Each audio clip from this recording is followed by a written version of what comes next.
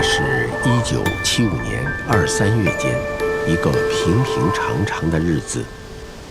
细蒙蒙的雨丝夹着一星半点的雪花，正纷纷淋淋地向大地飘洒着。时令已经快到惊蛰，雪当然再也不会存留，往往还没等落地，就已经消失得无踪无影了。黄土高原严寒而漫长的冬天看来就要过去，但那真正温暖的春天还远远没有到来。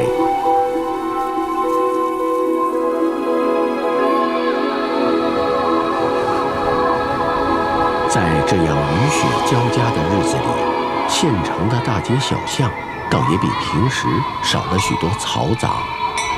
只有在半山腰的县立高中的大院坝里，此刻却自有一番热闹的景象。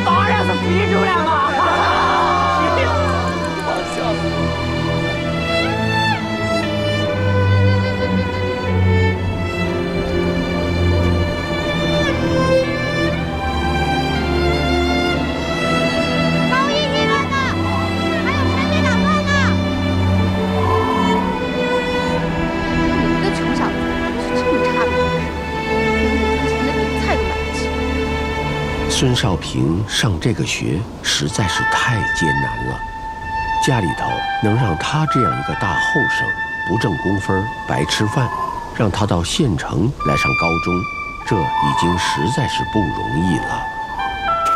少平知道，现在家里头的光景已经接近崩溃，所以在眼前的环境中，他是自卑的。虽然在班上他个子最高，但他总感觉自己比别人都低一头，而贫困又使他过分自尊。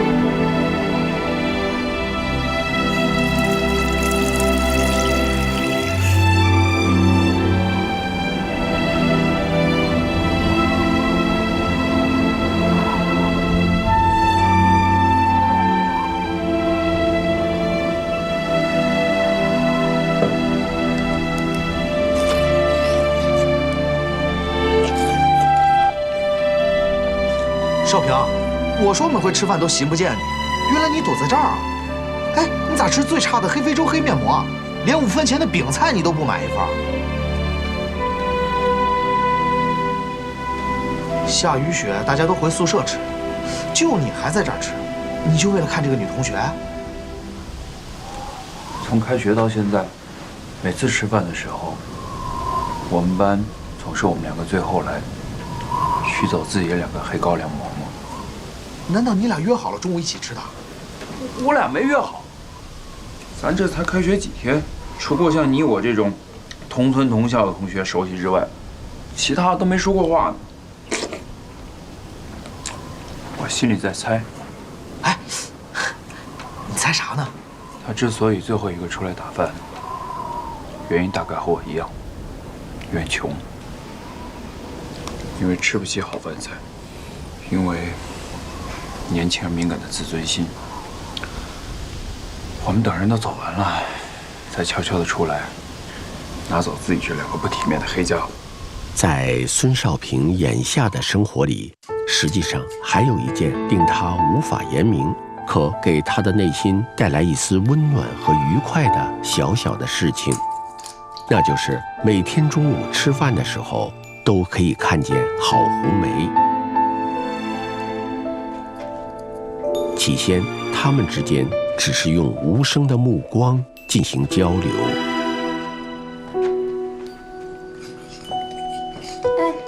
好，老师没收你的那本书叫什么名字啊？红颜，我在县图书馆借的。里面有个江姐。啊，后来牺牲了，可悲壮了。对，你看过这书？我没看过，以前是我爸给我讲过里面的故事。你爸念过书？我爸没读过书，我爸的字全是我爷教的。我爸是农民，成分不好。不是我爷是地主。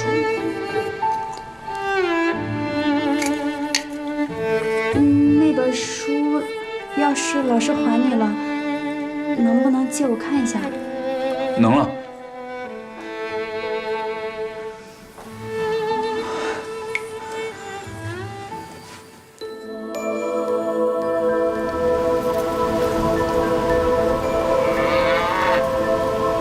我心疼你，这天这么冷，你也心疼我啊！我为了出门在外的孙少安，此刻正在米家镇兽医站的简易牲口棚里，手忙脚乱地给生产队的病人灌汤药。他们队这头最好的牛，简直就是全队人的胃根子。这牛一病，他似乎也病了。昏黄的街灯照出他高大的身躯，脸型、身材和他弟弟少平都非常相似。从眼神里可以看出来，这是一个已经有了一些生活阅历的人，只不过因为劳动的缘故，显得比少平更要壮实一些。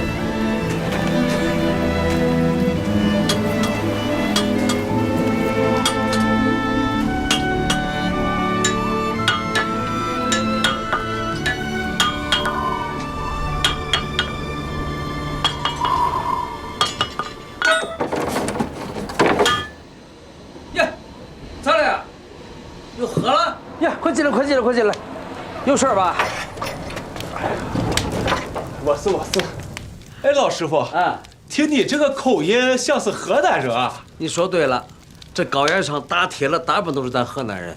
别都说哈，这个河南人啊，是中国的吉普赛人，哈，说走到什么地方都能碰着河南人。河南人跟他不同，他们是到处走，不劳动，不干活。河南人不管去哪儿，劳动勤快。能干，哎，你不是米家镇人吗？我是双水村的。哪个队的呀？一队的。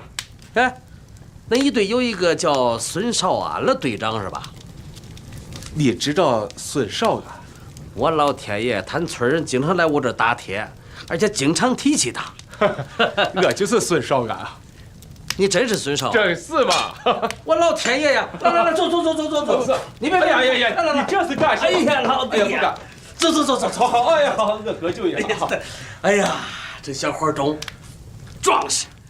这下这大雪，天真冷，你穿这么薄，出来慌啥来？哎呀，是这样，我是带着我的牛到这个米家镇那个兽医站看病来了。哦，我身上这个棉袄也给牛披上了。太冷了，我怕牛冻着。哦，那找着地儿没有啊？本来我是想跟这个牛在那个牛棚那儿将就一宿，这米家镇这大川道里的风硬得很，给我冻起来了。那是，你的住旅馆不就妥了吗？呀，不敢住旅馆，太贵了。这牛看这个病花的就够多的了，不敢再花了，先给队里省一点钱。你看看，怪不得你18岁大家推你当队长了。好啊，兄弟，是这，哪儿都别去了。我这活干完以后啊，我给你腾个台子，你就睡这儿。呀，老师傅，这要是能行，那是太谢谢你了。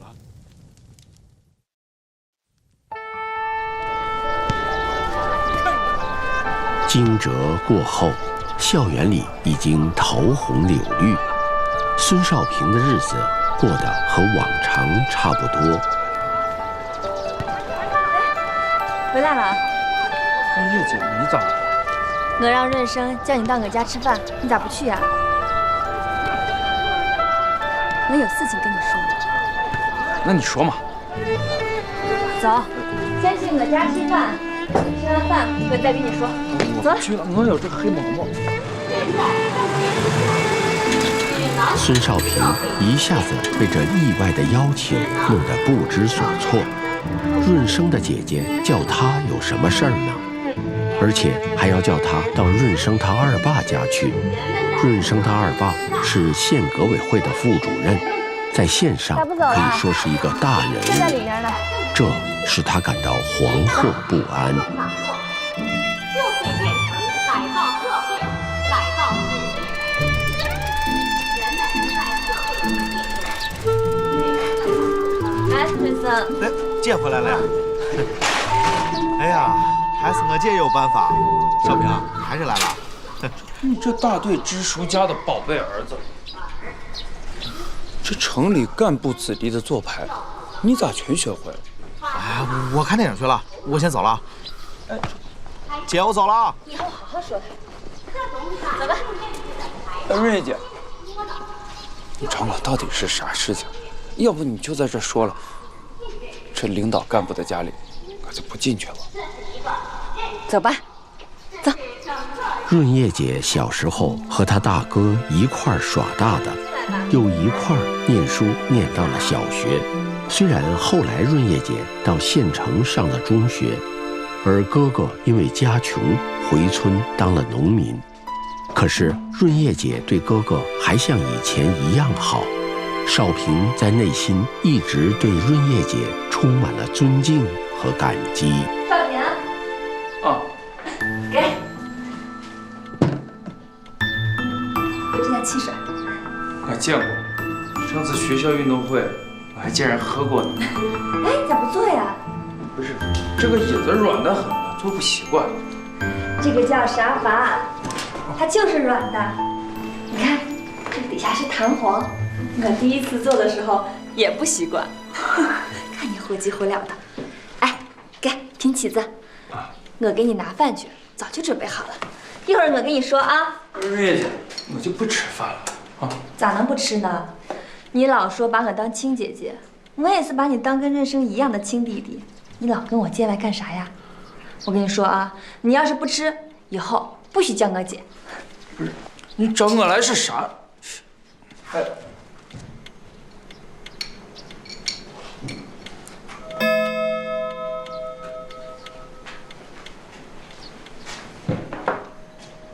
我们都已经吃过了，这是专门给你留的。看，猪肉烩白菜，看这个馍，白吧？白。来，你快坐下呀，站着干什么？你哥专门跟我说过，让我有时间好好的请你吃一顿。我告诉你啊，今天你要不把这些都吃了，以后再也不许叫我姐。我去把炉子上的火熄一下，你快吃。啊。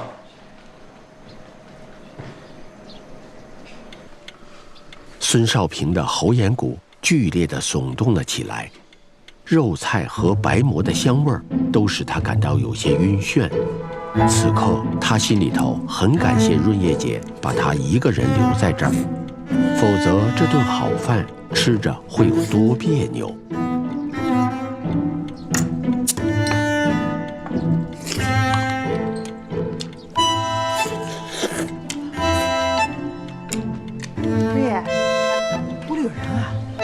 少平来了。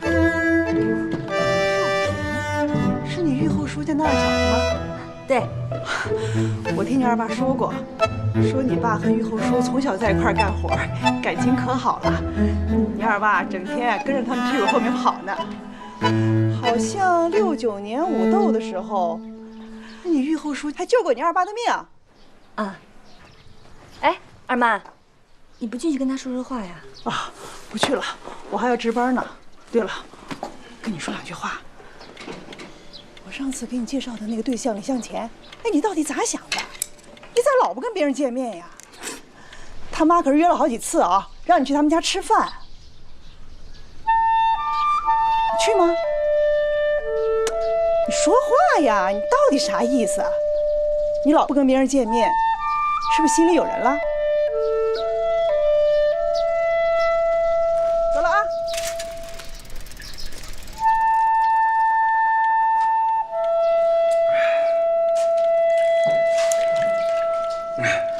人家，我吃好了。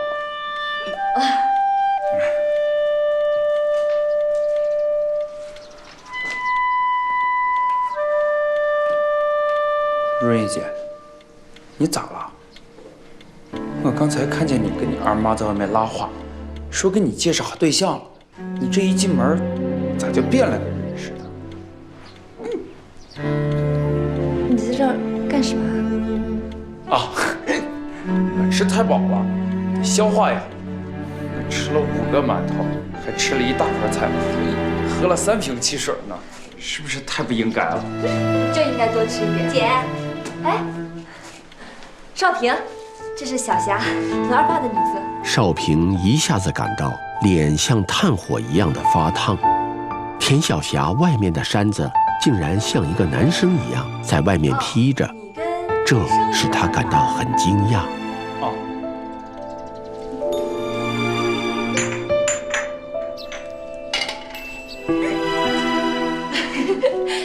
哦，我给你倒茶。咱呀是一个村的老乡，你以后没事就到我们家来玩。你看，我都长到17岁了，都没有机会回趟村里。哎，要不这样吧，什么时间我跟润生还有你，咱们一起回趟双水村。其实啊，润生他跟我说过，说咱村还来了2同学。但是都没跟我分到一个班，你看，我也没找机会跟你们认识一下。我这个老乡，真是太不像话了。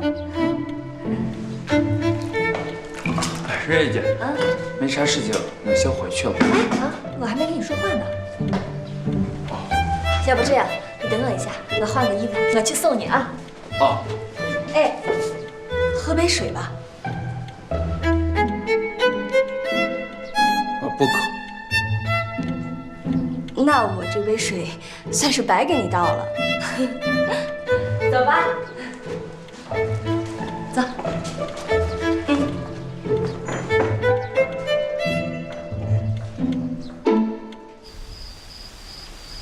哎呀，我这肚子都快撑破，都快不会走路了。润叶姐，你可不敢笑我啊！这是因为你，我才吃的这么没出息。要是别人给我都不一定吃呢，因为我在心里把你当成特别亲近的人，所以才吃的这么没顾忌。这就对了。哎，那星期6你回去不？回。你回去的时候，帮我跟你哥捎个话，让他来找我一趟。哎呀，这家里光景一烂包，我就怕哥他抽不开身啊。那不行。无论如何，你让他来一下，就说我有事情，让他来的时候直接上县2中找我。啊，那这话我给你带到。那就行了。润叶姐，我刚才听见你跟你二妈说话，你说你心里有喜欢的人了，这个人是谁呀？你闻，这空气里是青草和泥土的香味儿，多好闻啊！这就是春天的味道。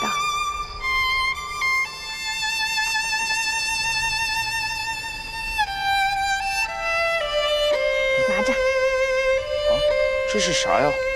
那个粮票，你换点细粮啊！走了。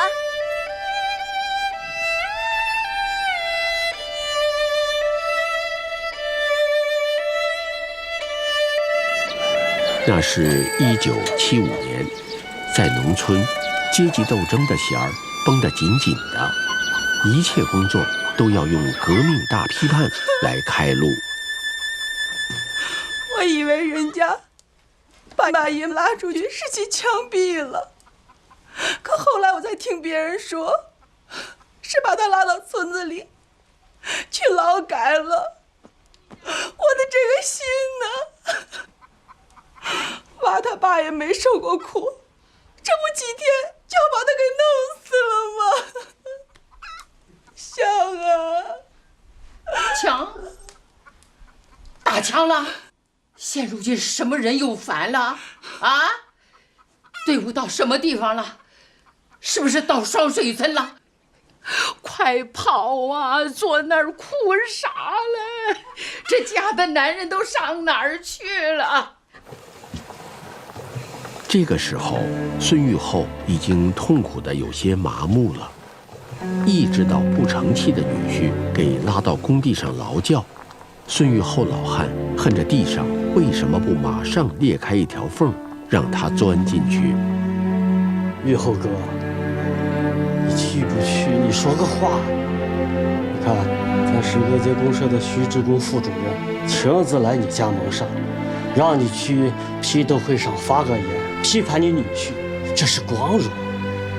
见着你立场分明，大义灭亲，为了正确的革命立场，你六亲不认。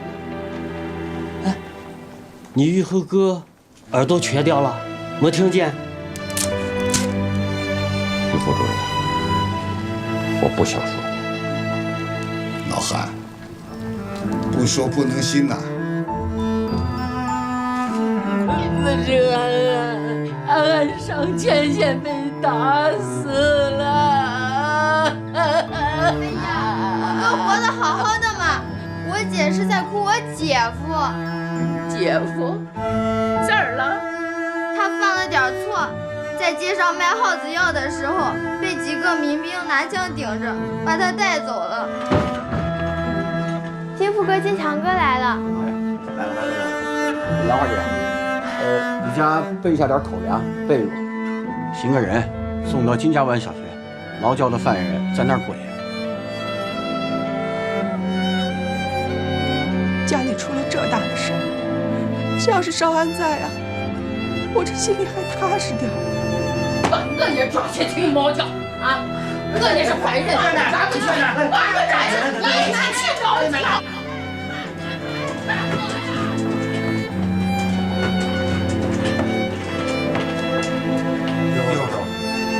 跟你说实话，你不去发言就是反动，公社就要带你一起去批斗。你是村副支书，你去会上替我说说。我不说，我不骂人不说话，我张嘴说话就要骂人。骂人就是骂自己，修自己了，修自己的祖，修自己的先，修的先人满坟殿，还先人后悔的没有把怂支到墙上喂苍蝇，生了个他。玉厚，水滚开了，把开水灌到暖壶里。哎，军神叔来了。啊，兰花来了。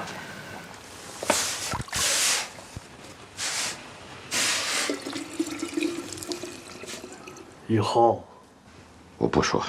你不说不能行，不管你硬不硬，把你捆起来，绑到晚上的批斗会上去讲话。金不金强，你们俩兄弟给我站住！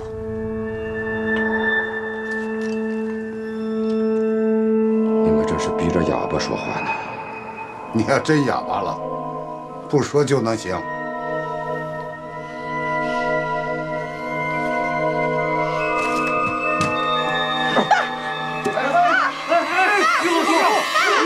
你这做事啊！你这都看反人，有事我还能说啥？这来呀你！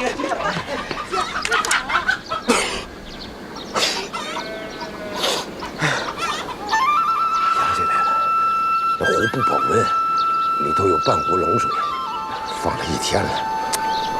玉浩，你就不会哄个人，说是壶里是开水，装得下这事就倒过去？我还当你是我有张良计，你过墙梯呢。这辈子没哄过人，不会哄人。花儿，去，再去烧锅开水。这回我直接拿舀子往嗓子眼里灌。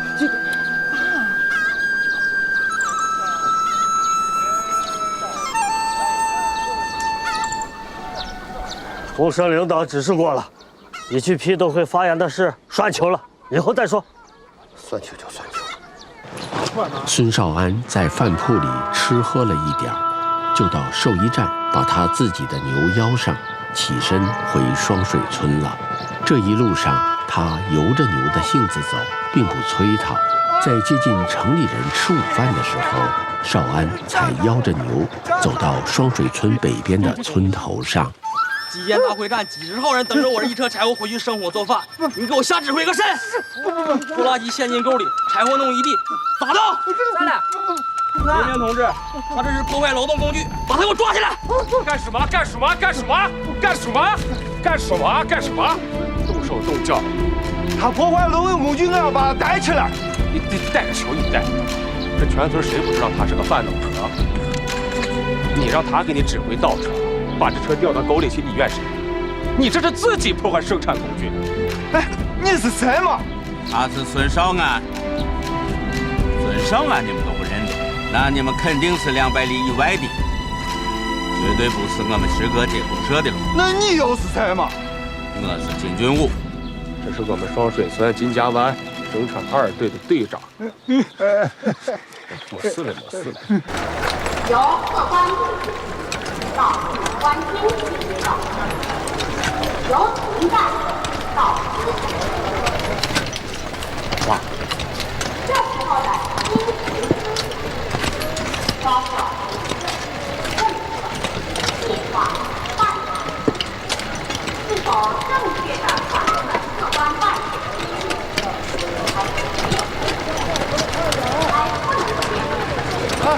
做饭的快一点，一会儿要放饭了啊！大前门，哎呀，好抽的风，高级。老范3位在装坨子，装慢点，装少点，让我轻轻松松少跑几趟，能成？来，拿。不该的，有啥不该啊？哎呀，人活70，谁不为一口吃屎，对不对？你把这烟装上，你歇的时候再抽，谁知道这烟跟你行还是跟我行？你是拿啥？拿着。哎呀，我祖上呀，当过八公，在这一带也属于名门望族啊。到我祖父的手里的时候，狗日的抽大烟，把家里的财也败光了。啊，我爹就成了远近闻名的2流子。胡宗南，国民党打到咱这儿的时候，我妈就在我后山我腰里把我生下来。第2年我爸就死了，我妈是辛辛苦苦把我拉扯到19岁，66年，她也没了，就我一个人孤孤零零的活在这个世上，狗日的把我也逼成了个2流子。也可怜，我们祖孙3代都是2流子，祖传的。2流子，祖传的。骗啥的嘛？还不干活去？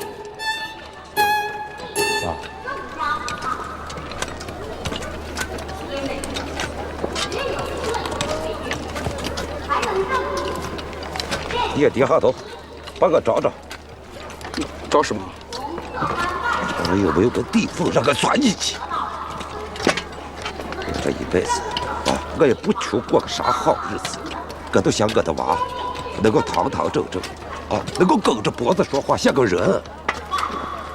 你是个事，我都是为了你才把头低下。不是，爸，不要我爸，我嫌丢人。那你丢啥人的嘛？我好歹我也是个见过世面的人嘛。我除了没有偷人，我什么事没有干过。我扛过枪，刷过毒，走着过线，我做买卖，你咋不说你还欠人家一钩子的债呢？年年过节，你哪一年你敢回家？你都不是跑出去躲债啊！自打兰花嫁给了你，哪一年一块过年？你真是没有生错地。你那个村啊，罐子村，我知道，你就是个烂官司。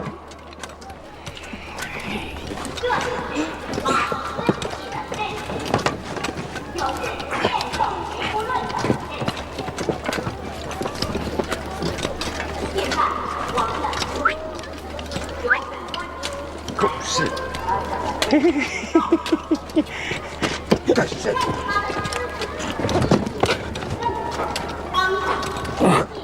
不好好干活，你干什么？我没有干什么。你的眼睛看什么？我谁也没看嘛。谁也没看。我看你是等着无产阶级被转正，你那个眼睛一直盯着该把村看，找死！不是，爸，我实在是太累了，我从来没有干过这么多活。我全身上下都跟皮鞭子抽了一样的疼呀！哎呀，爸，真的太累了，要不然这样还不如做板房呢。要不我是你，少干，少干，少干！你不管他，哎，你来干什么？爸，你回，我替你在这陪他干活。我回去做事，两个人在这丢人还不够吗？哎呀，你现在有干的事，赶紧去公社找白灵川、徐志功，跟他商量一下，早点买一饭回去。你姐在家喜欢的很，领着俩娃这哭嘞。哎呀，你就不要操心了。你还是生产队长嘞吧？你放心，我收拾他。王半爷，少干。少南，这个是眼药水，这个是止痛片。要是身上疼就吃一片啊！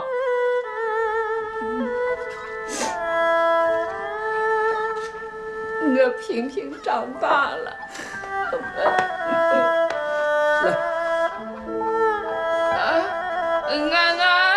安安回来了，你没事了，安安。哎呀，奶奶你不哭嘛？奶奶没哭，滴眼药水呢。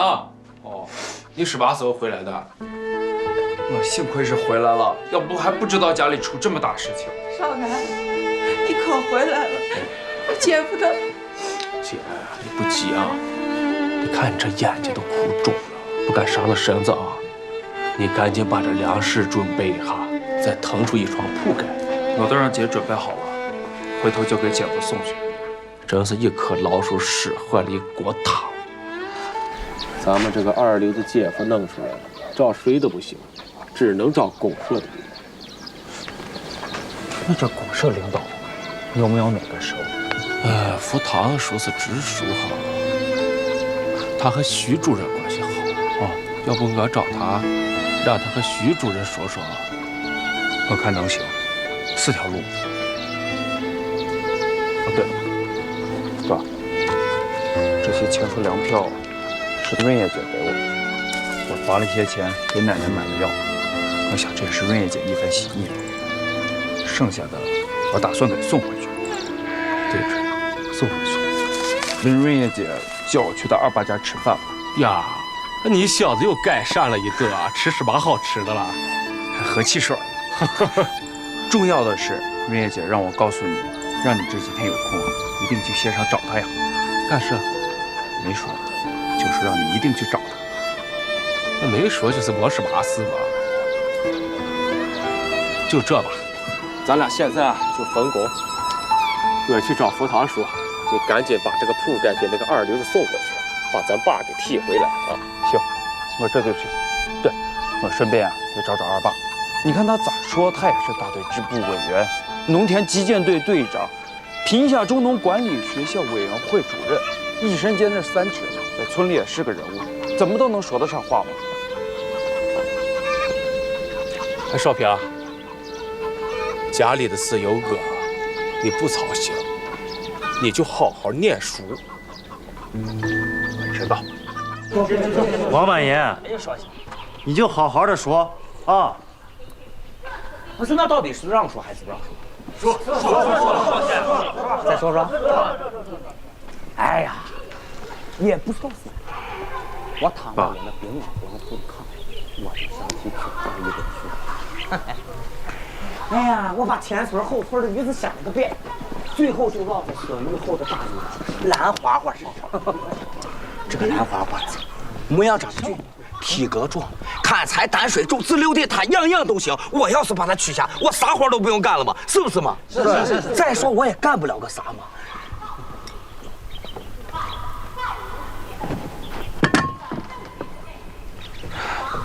我还以为今天晚上没有铺盖卷睡呢。铺盖卷里还有些干粮，罢了，交到大灶上。哎，对了，你姐和猫蛋、狗蛋咋样？都在我家呢。那就好，那就好。啊，跟你姐说，千万别担心，我好着呢。张少平，我是公社文书刘根明，你个同学。我已经跟徐副主任说下了，让你爸于和老韩先回。今天就能回？回，不用在这过夜。就是于后叔，明哥还得再过来赔罪。你跟你哥说，你们家这个事，我只能帮到这儿了。啊，谢谢，谢谢。来呀，有事说。跟你姐说呀，屋里还有几十包老鼠药。不是，我都在那盖子上放了，让他藏好，千万不敢让娃吃了啊！哎，少平，还有少平，老三爷，做人至少要活得有尊严。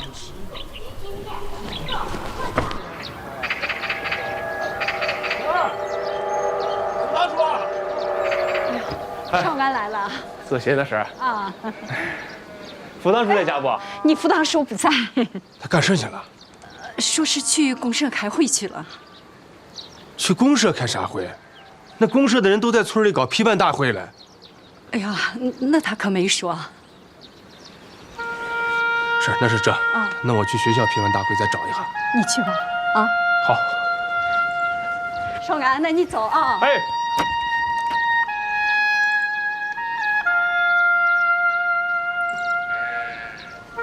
人走了？走了。你按我说的说了？我按你说的说了，哄了人家少安娃。张平！哎呀，大哥你也在啊！哎呀，大哥也在啊。玉婷在家。玉婷，哎呦，这个死鬼他忙得很嘞。今天晚上公社会战指挥部要在学校院子里头开批判会，他是副总指挥，现在在学校正忙活着呢。你看，人家也让个领导着也去布置下会场，哎呦，都忙得很嘞。你跟玉婷说一声，耽误不了他革命，让他找我一下，有事商量。哎，少平，今天晚上的批判会你去不？你忙你的，我去瑞省去。这是大事，政治觉悟的大事。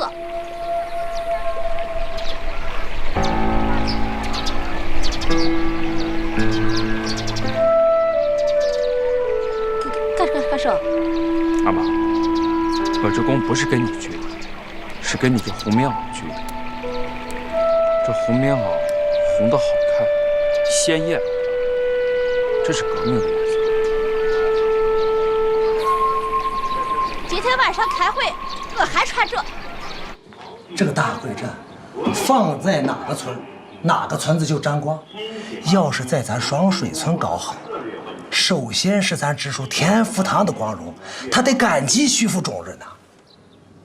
怪不得咱十个街几十个村子，他徐志公和咱双水村的田福堂走得近。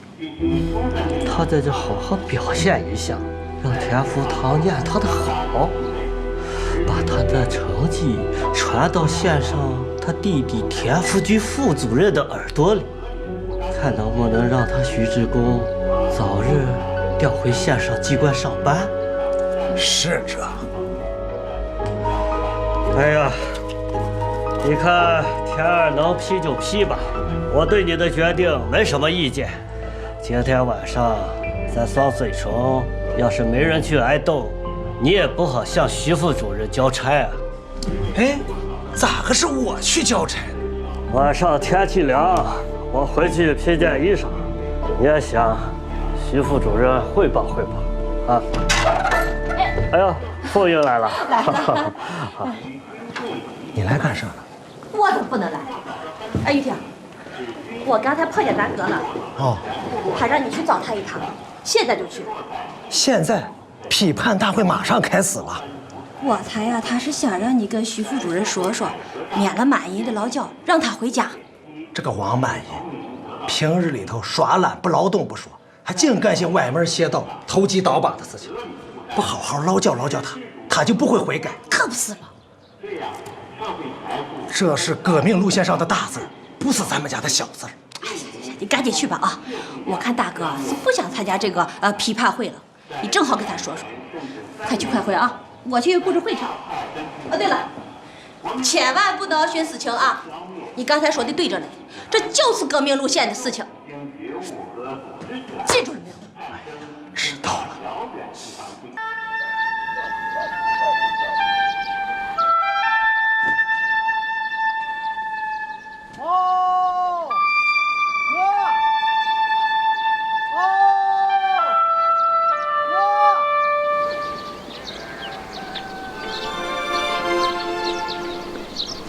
不进屋，在这喊什么？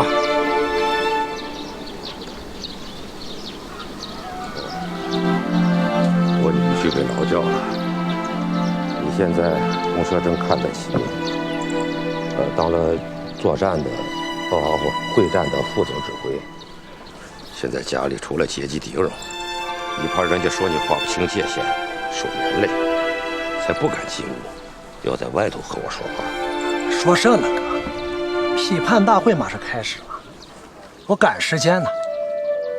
王满银这小子满脑子的资本主义，再不好好学习和改正，说不定进板房，亲戚们都要为这小子在政治上受影响。今儿晚上公社要在学校开批判会，家里人其他不参加可以，你好歹要参加一下，不要让人家说你们家有抵制批判亲属的资本主义倾向。不去劳动不行，不去开会丢人还不行。哥，你可不敢这样。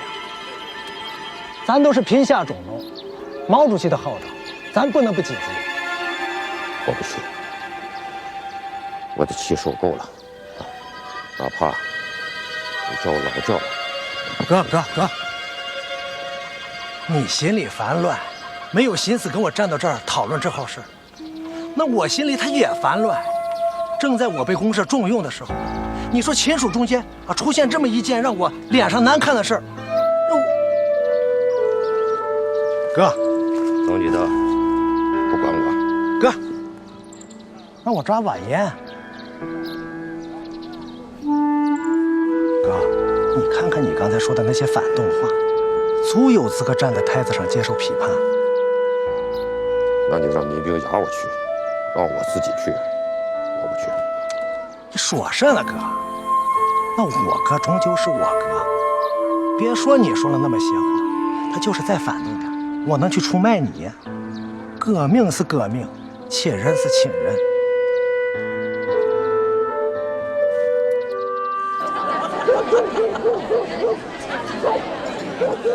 哎，老板，你们赶紧找地方走啊！弄好了，弄好了。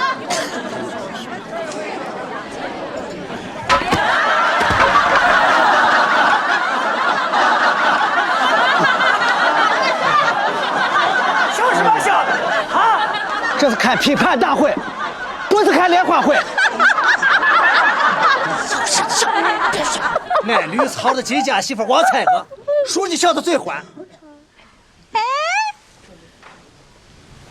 孙玉婷，你好赖也是个村干部，你咋还骂人嘞？你骂谁嘞？啊，你骂谁是个矮绿草的？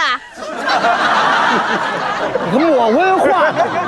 我说你是挨着喂驴的曹子。怂样子！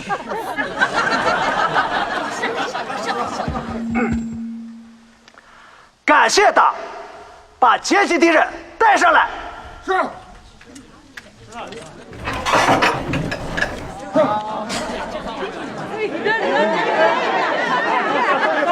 坐下。坐下，坐下，坐下，坐下，有什么好看的？不要瞎话吵闹嘛！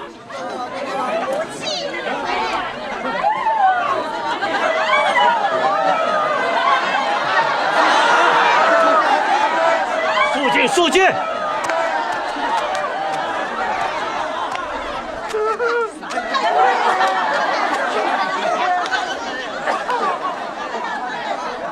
哈哈哈！这真是瞎胡闹呢！怎么把一个韩老头子搞到这儿来了？开玩笑。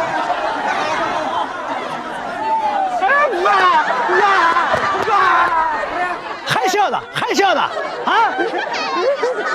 今天天儿不上来，你们中间就得有一个人上来。你们都完全无产阶级了，啊！在你们身上都学不下一点资本主义。哎，少安哥，少安哥，来，快过来，来，少安哥。哎，你爸嘞？我爸开会去了。什么会？我也不知道，反正不是这会。看事了？没有看事吗？没有看事，你看什么？那你说我看事了吗？我咋知道你看什么？你都不知道我看事了，那你说个什么呢？你爷，什么时候了还在笑？你给我老实点。哎呀，分开站，分开站，分开站。哎，少安哥，我姐急着让你去城里寻她，少平跟你说了吗？什么事啊？我也不知道，我看我姐急得很。时势要变了，时势要变了。肃静，肃静！站好，站好，站好，老实点。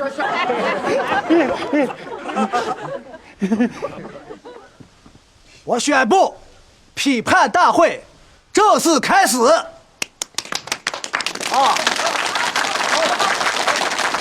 下面请公社徐副主任讲话。大家都看见了，你们身后是什么啊？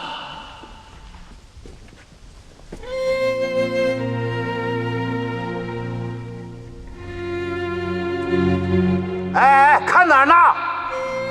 你们身后是咱们的民兵小分队。这个咱们的民兵小分队的工作就是搞阶级斗争啊！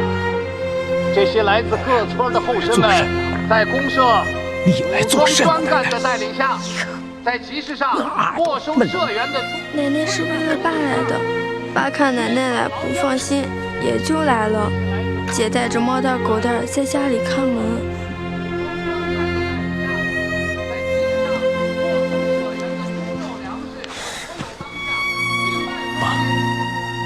跟你二爸说，我说成。你找田福堂说成了，没说成。我想这个事去找下润叶说，要是润叶和他爸福堂叔说这个事，可能他会说动徐志公。那徐志公在意这福堂叔嘞，而且润叶让少平给我捎话，说有事要跟我讲。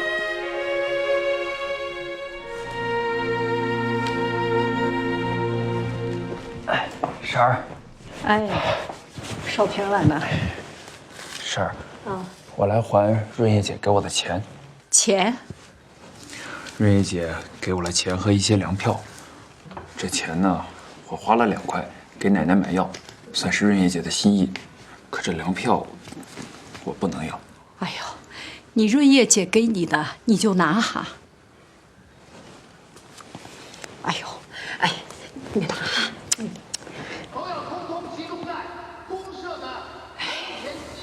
正好。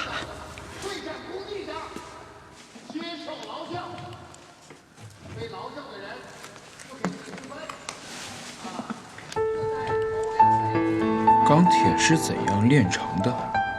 婶儿，你家还有炼钢铁的书呢？这是我家写样的书，你想看就看吧。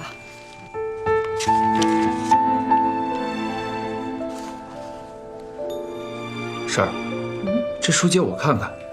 这书不是讲炼钢铁的，是讲人。你看，你看啊，那还是你闰月节回家的时候从学校里拿回来的书。婶儿，那我去找个安静的地方看书。把润生屋的油灯也借我吧。行啊，你拿去。谢谢婶儿。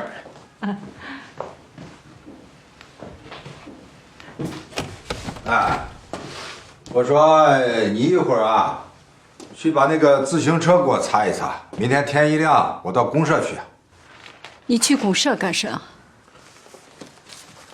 我要让社员知道我是从公社开会回来的。下面请公社文书刘革命同志讲话。你干甚了你呀？我要跟你玩玩。玩什么？你到里边玩去。你快回去吧。祖国河山一片大好，当前形势一片大好，咋会变天？这是彻头彻尾的反动思想。把阶级敌人带下去，看起来。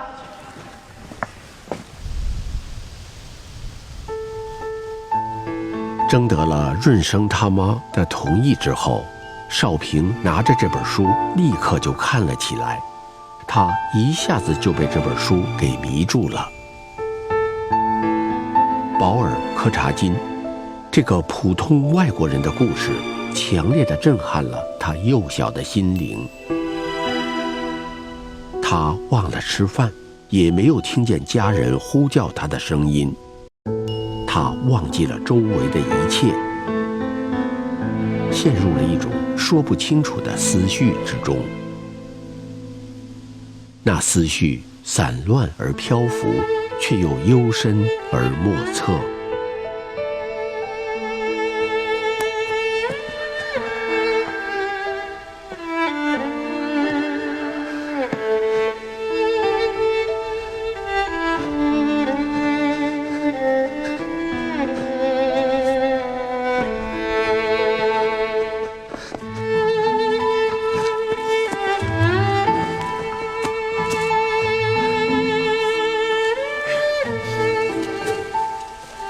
少平，我就知道你在这儿。早上玉后叔来见我，说你一晚上没着家。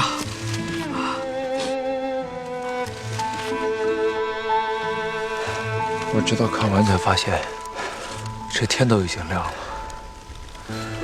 这本书讲了一个叫保尔·柯察金的苏联人，里边还有一个可爱的富家女，叫东尼娅。东尼娅那么爱保尔，可最后他们两个人还是分手了。可我一点都不恨东尼娅，我甚至还为他们的分手而痛哭。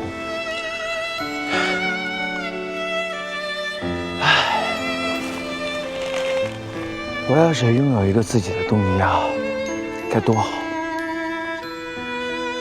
从此以后，他就迷恋上了小说，尤其爱读苏联书。渐渐的，他每天都沉醉在读书中。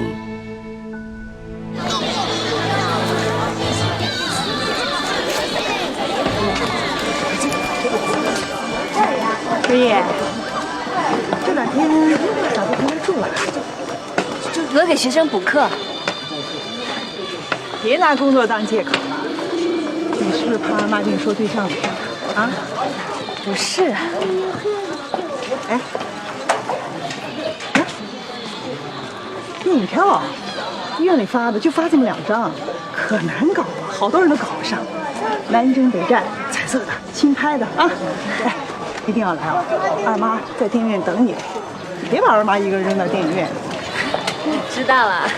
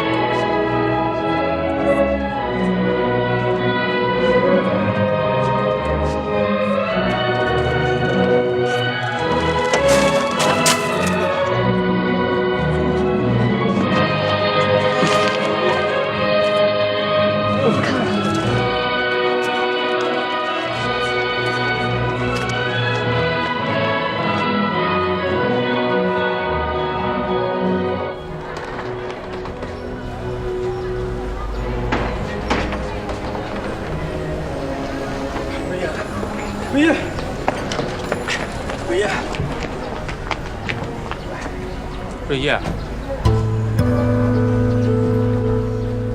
少安哥，你咋到这儿来了？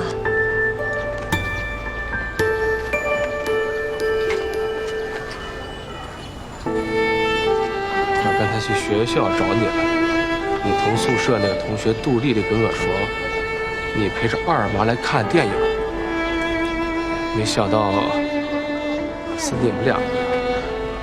哦，他叫李向前，是汽车司机。我跟人也一样，都是陪田副主任的爱人徐医生来看电影。徐医生没来，我俩就不爱看了，出来了。我叫孙少刚，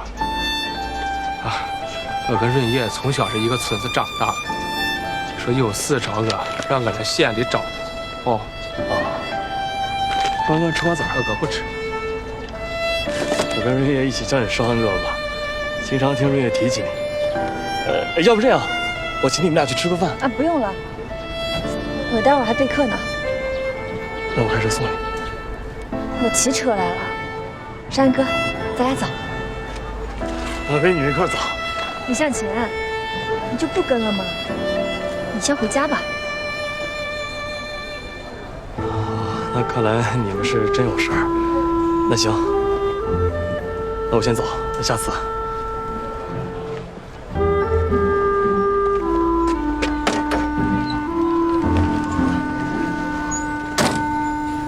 好了。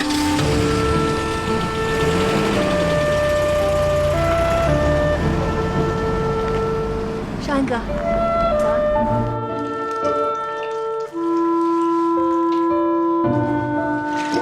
真洗啊？那咋还不洗啊？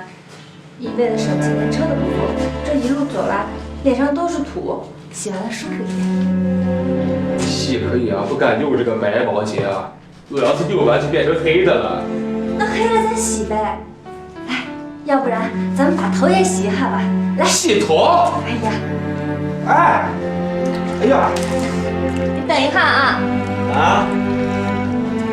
哎呀，马上就好。水凉不凉啊？不要，烫人，我自己搓。你看哥说什么了？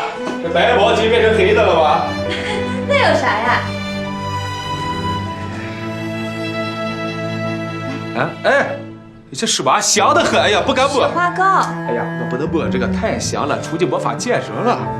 啊？那你要不用，以后我也不用了。为什么？你不喜欢的东西，我也不喜欢。润叶，原来我每次来见你，你都穿新衣裳，这次咋穿旧衣裳？你说呢？还有你这辫子，咋叫成短头发了？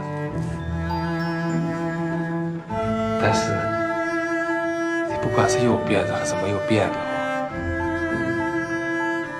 我都觉着好看着。那你喜欢？喜欢。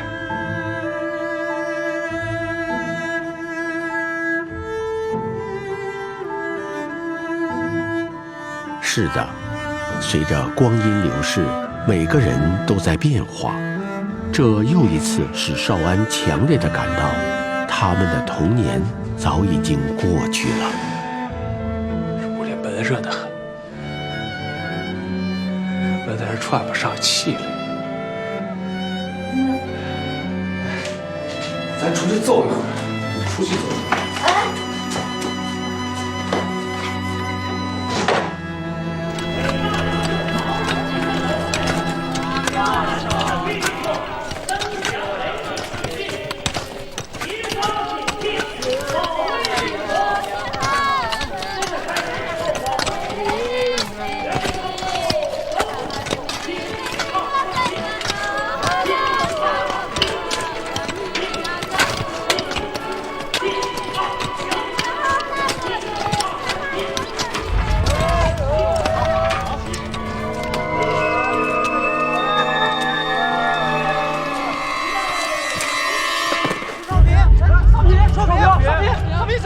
小平，先行啊！不起来！像他这17、18岁的后生，正是能吃能喝的年龄，这每顿就啃2个高粱馍，真能行。少平醒了，少平，你咋样，少平？啊，来，起来。我刚才干活的时候，力气失蒙了，气里没有油，眼前一黑。好了，行了，大家散了吧，继续干活，让他在这歇歇，走吧，好吧？来，你坐。哎呀，来，喝点水。你还胡扯个啥嘛？还胡扯气力失蒙了？你就是饿的。这要是一天都坐在教室里，我还好过点儿。可眼下，除过每天东奔西跑学工学农之外，在学校里也是半天学习半天劳动。我跟你说实话，这段时间是我最难熬的。哎，少平，我这白面片，你拿上。这年头谁的白面片我不宽容？再说了，这几个白面馍馍也解决不了我的问题，反而还会惯坏我的胃口。哎呀，少平，你都拿上吧。文少，我知道你爸是村支书，你家条件好。哎，咱俩打小一块长大，我没少受你这个富翁的接济，我没少白吃白喝你，我啥时候跟你客气了？那让你拿着，你就拿着，你个废话啥嘛？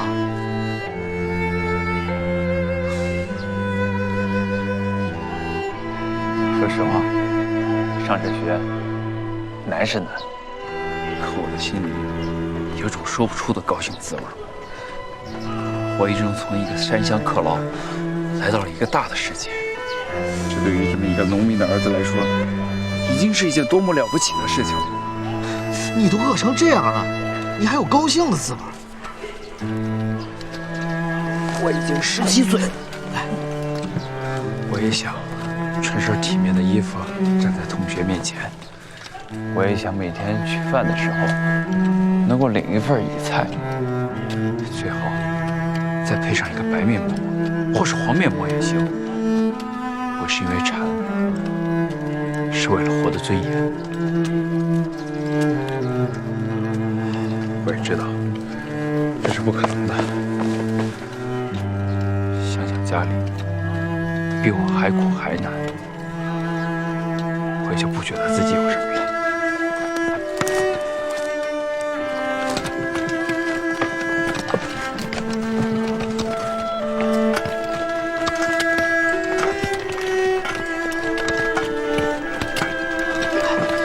少平，你俩说话了？我俩没说话。哎，虽然你俩没说话，但我发现你俩用眼睛说话越来越多了。少平，昌哥，你走那么快干啥呀？在山里跑惯了，这走得慢，心里急得不行。我都跟不上你了。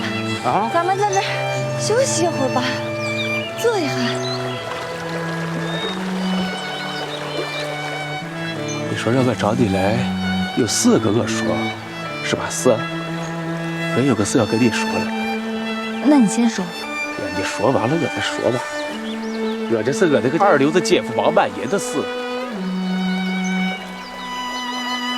俺二妈给我寻了个人家。人家？一个领导的儿子，就是李向前。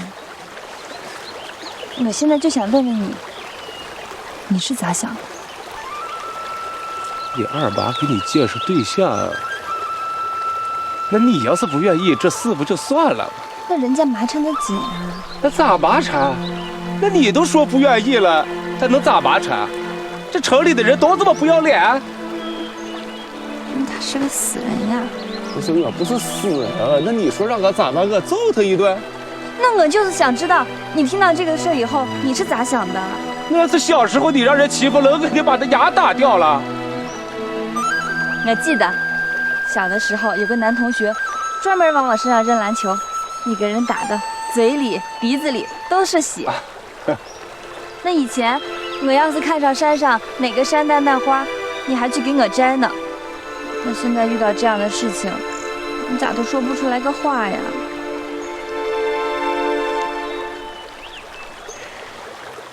你到底咋想？哎，你干什么？哎呀，这个死真是愁的人，我下来降降火。哎呀，太冷了，你快上来！哎呀，给我4个降降火。你要是不上来，那我也跳下去了。哎，你不要下来，你一个女子，咱冻坏了。没事啊，我降降火就好了。哎，我的鞋呢？哎呀，找到了。这是刷鞋了啊！看你那个傻样。行了，我不逼问你了，我心里有答案。啊？哎，少安哥，你刚跟我说王满营的事情是什么事情啊？啊，我那个20的姐夫贩卖老鼠药，被公社给拉走了去劳教，我爸也跟着赔罪去了，全家人急得大哭小叫的，没有办法。我想着到公社想个办法把他们2个人弄出来。做难了才想到找你，全家人都愁死了。少安哥，你做难了能想到我高兴。你放心，我去跟我二爸说，让他把王满营放了。明天我跟你一起去石歌节找他们。快上来吧！啊、哎呀，裤子都湿了。我是，一会儿就干了。哎，你不用去了，你二爸在县里是领导，那全县的人都敬服他。他要是说了一句话，我把这话带给那徐准和白准，这事就能成了。少安哥的事儿就是我的事儿。我二爸去乡下开会了，他一回来一准回家。这样，你跟我到二爸家去等他。刚好你这衣服湿了，也要晾一下，快走吧。啊。在全国农业学大寨会议精神鼓舞下，普吉大寨县革命群众运动正在蓬勃兴起，冬季农田基本建设出现了新的高潮。在大好形势面前，各级党委要保持清醒头脑，坚持党的基本路线，任何时候都不要忘记阶级斗争这个纲。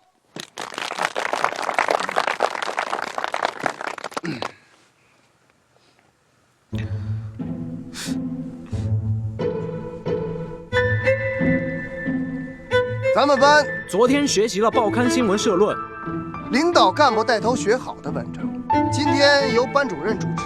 我顾养民现在作为班长，先向同学们提问，谁来发言讲一下无产阶级专政的学习感想？我来。孙少平。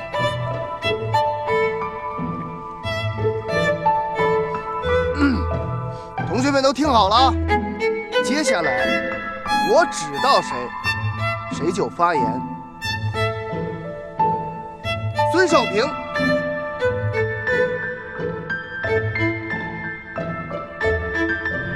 孙少平，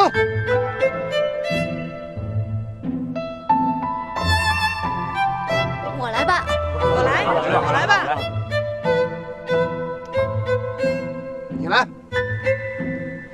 对于人民群众来说，好样的！无产阶级专政总好过于一说话就太受不了，生怕人见不着的代表，我心里就上火，养都养不住。我们犯的错误是可以改正的。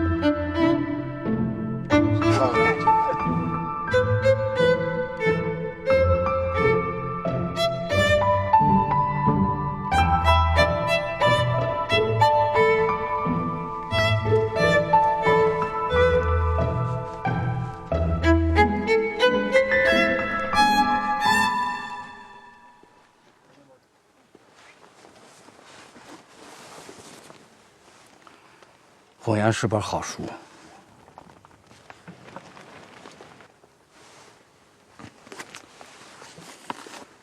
以后在课堂上就不要再看了，不要让同学检举揭发你，不关心无产阶级政治。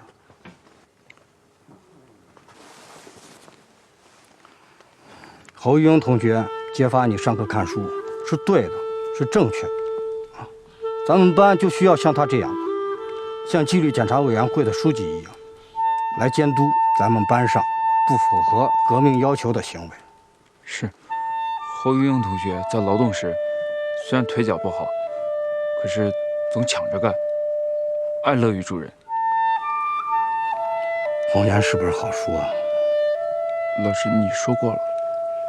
哦，行了，去吧。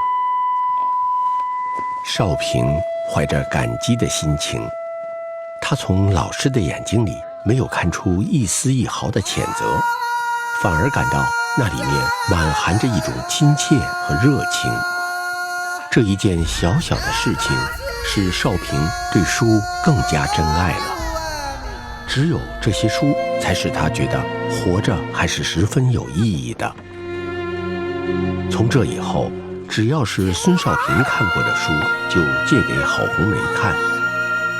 无论是少平给郝红梅借书，还是郝红梅给少平还书，两个人都不约而同地悄悄地进行着。瑞叶啊，这个衣服太新了，穿不出去。你换好了没有啊？换好了。那我进来了。啊。哎呀，好得很啊！哎、来，这个湿衣服给你。嗯。走，这个拿下。哦。给。二爸。说。二妈，慢点吧。你是于国家的大孝子。是啊。少买。哦。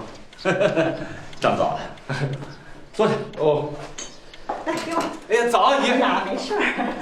现在是咱双水村的生产队长。好，于后生了几个好后生啊！你抽烟不？哎，谢谢叔。哎，润叶。啊。他得是还有个弟弟啊。少平。少平、少安。平平安安。哎，这个于后还是很会起名字的嘛。啊。二爸。嗯。现在他们家可不平安。咋了？说呀。是这说啊，我姐夫那关子村的王半营贩卖老鼠药，被公社押到集结大会上劳教去了。也不知道为什么，我爸也抓过去装土赔罪，全家人都急成啥了。现在，哎呀，这个上上上下都开始胡闹了。哎，这10个届公社咋也这样了？有多少人被劳教？具体我也不清楚，10几个人是有了，反正是每个村肯定都有着。双水村有没有？那双水村没有。哎，但是田二叔也被批斗了一通。批判田二？啊。哎呀，这弄啥呢嘛？这是。二爸。嗯。你看，要不你跟白明传叔叔还有徐志公叔叔说一下，把他姐夫放了。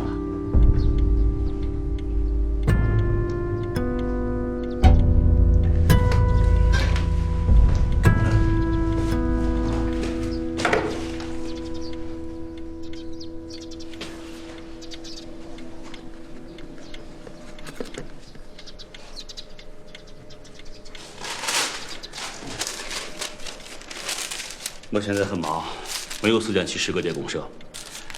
你回去把这个交给北明川，他就知道该咋办了。北明川你认识吧？认识，是副主任吧？好，坐。哦。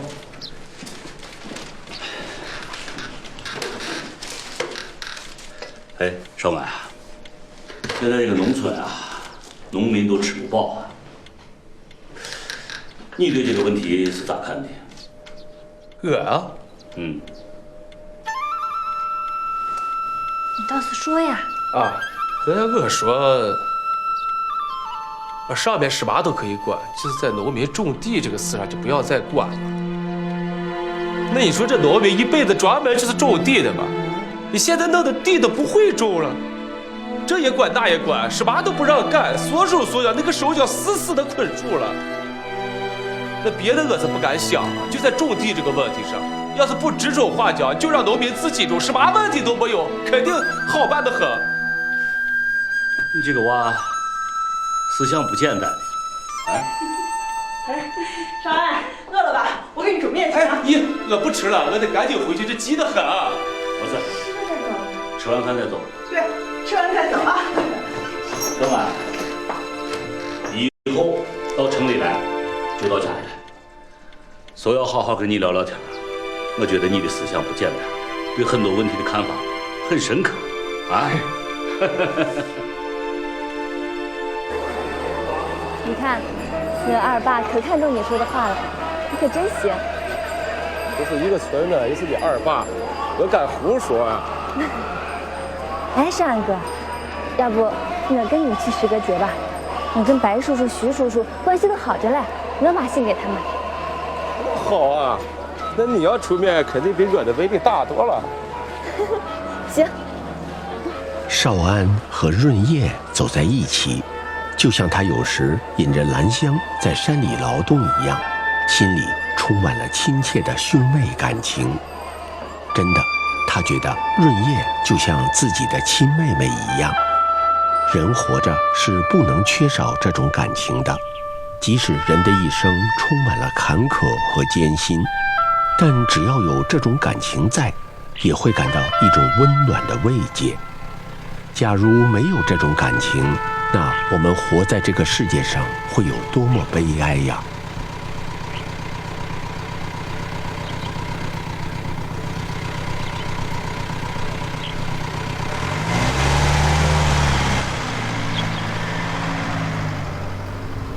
走了。你要是去公社，那我就不去了。你爸还在公社开会呢，我去不大好。哎，你晚上回双水村不？我可想回去呢，可我明天早上还有课，所以必须要回县城。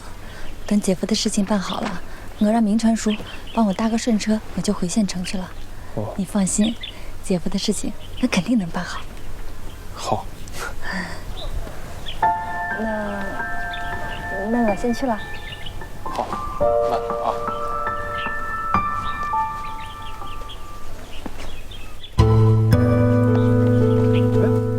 你咋把信给我了？不是说你要去给白主任吗？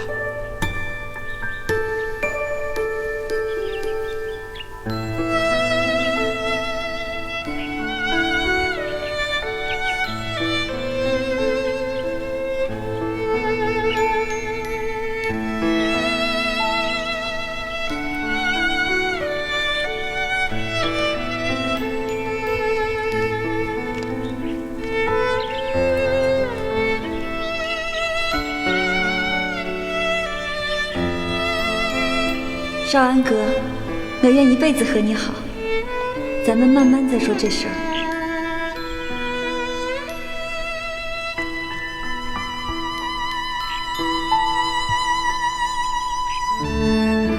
孙少安他多么幸福啊！润叶竟然给他写了这样一封信。尽管他和润叶从小可以说是青梅竹马，但他长这么大，从来没有敢想过让润叶做他的媳妇，因为不可能，也绝不可能去想。可是突然服从天降，一张白纸条犹如一条耀眼的电光在他眼前闪现，照着他一下子头晕目眩。那使他感到一股巨大的暖流在他的胸膛里汹涌澎湃，感到天旋地转，整个世界似乎都眉开眼笑，成了另外的一个样子。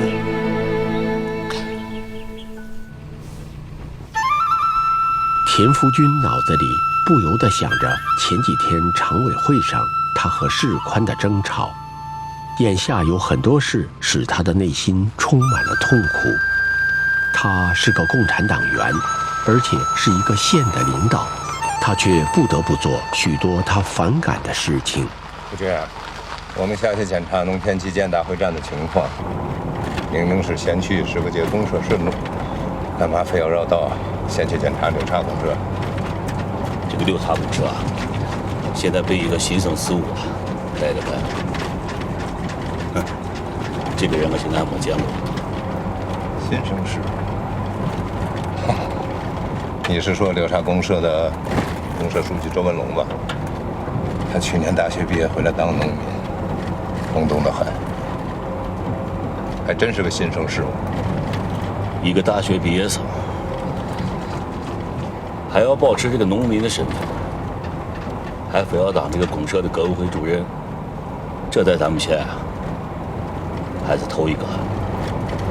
这也是咱市管主任最看重的公社书记。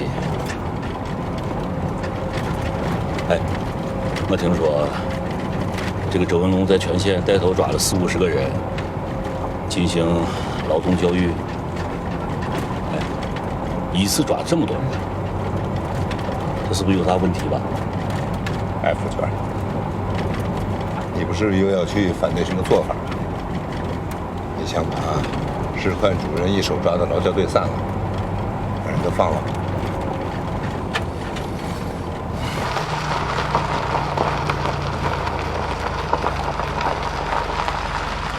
哎，开快点！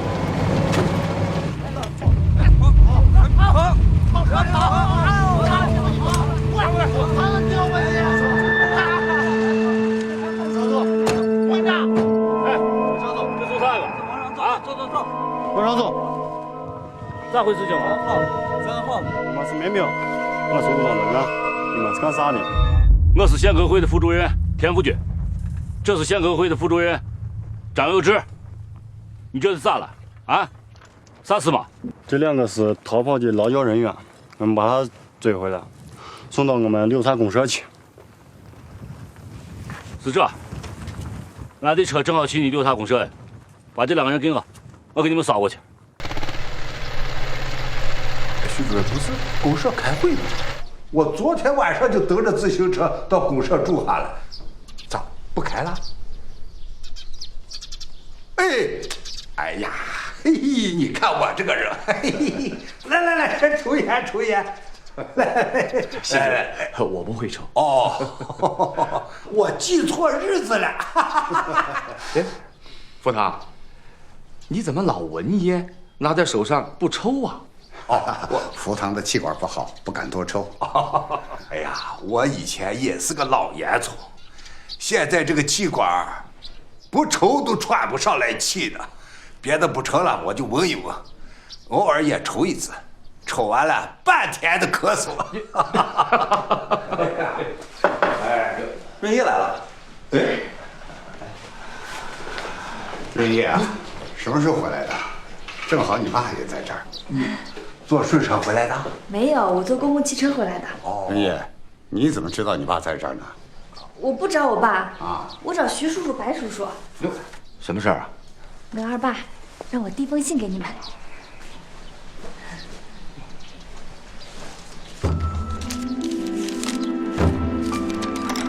名传职工儿童子，你们好。据反映，你社关子村社员王满银因犯了鸡包老鼠药，现被押到双水村公社农田基建工地劳教。如此人再无其他问题，我亦可严肃教育一下，让其回队去。对于类似其他人员的问题，也望你们能够慎重处理，严格执行党的一贯政策，切不可随意行事。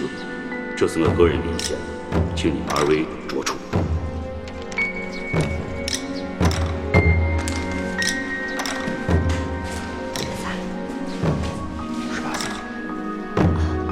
我二爸写信说，把兰花的丈夫王满银给放了。你二爸咋知道这事？我咋知道？估计是罐子村什么人反映的吧。哦，你是专门为这事回来的？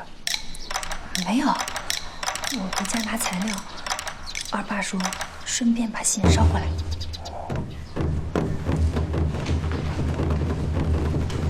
你看怎么办？那有什么好说的？叫王满银回到生产队里去不就成了？那其他的人呢？总不能把人全都给放了吧？我徐志公无所谓，你是一把手，你看着办。就按你说的办了，先把王满银放了。你是负责农田基建会战的，其他那些个事儿啊，等毙了再研究吧。我来这儿就是为了这，那我先回去了。师傅，麻烦你给捎俩人，捎到县城。捎来吧，好。那我走了啊。好。谢谢啊。小心些啊！嘿嘿。哎，是这。我厨房还忙着呢。哦。你们在，我就先走了。谢谢师傅啊，你慢些走，慢些走。不客气啊，麻烦你了。哎呀，哎，福达哦，你可是个大忙人呐！哎，我这个一天忙着思谋筹划、指挥，帮着大队帮各种交涉，争各种利益。哎呀，就是10个节公社，只要你田福堂出面办事儿，就能办得让人满意。这公社这些年换了多少茬干部，你都能和这些人保持热乎，这叫本事。哎呀，徐主任啊，你有什么话你就说嘛。你看你这么表扬我，我都不知道该说什么了。那我今天就不去双水村了。哦，你回去给玉婷捎个话，让她把王满姨给放了。哦，你看啊，这人是我们让给抓的，再让我去把人放了，这脸上挂不住。哎呀，就是这事嘛，没问题，我一定把话捎到。哦，那好，那好。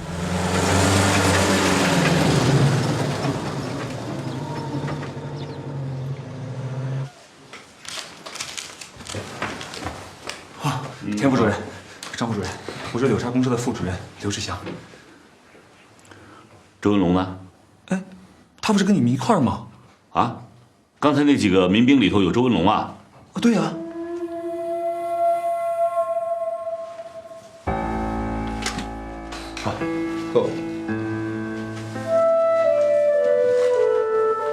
杨家湾跟贾家沟有几个农民偷跑了，周文龙带着民兵小分队去抓人，这不都抓回来了吗？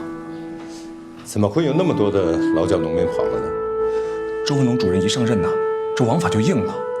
现在会战工地上的劳教农民有40、50个，都是从各村抓来的，实在受不了这罪，逃跑是常事儿。为什么要抓这么多人劳教？你们2位都是上级领导，我也不好说。别怕，你说吧。这怎么说嘛？人家是郑主任，我一副的说到人家郑的，那成了啥？没事，你说。我不说，是为了田副主任你好。你是县里边的领导，可上面有冯主任压着。我说了，你是管还是不管呢？你要是管了，你和冯主任有点闹上，我们这些底下的干部啊，都很爱戴你。我要是说了，那是害了你。没事，我不怕。你说，你别怕，有我在这儿呢。只要县上还有一个支持他田福军的，那就是我张有志。照我说呀，这都是鸡毛蒜皮的事儿。冬天啊，有些农民没钱买棉衣，就把自家口粮拿到黑市上换几个钱；有些呢做点小生意；有些对现在的政策不满，发了几句牢骚。这确实是点鸡毛蒜皮的事儿嘛。可周文龙就觉得这是严重的阶级斗争，就把这些人全部抓到了公社的农田基建会战工地上去劳教。就这么个劳教法啊？去年有几个公社也是这么干的，抓了几个人，一个人干几个人的活，还不给饭吃，还用民兵用枪看着，还不给记工分，这不胡整吗？周文龙今年比这更严重，动不动就把人给绑了。有个贾家沟的，2只胳膊都给打坏了，实在受不了，可不就跑了吗？那刚才那2个农民是不是也被打了啊？是啊。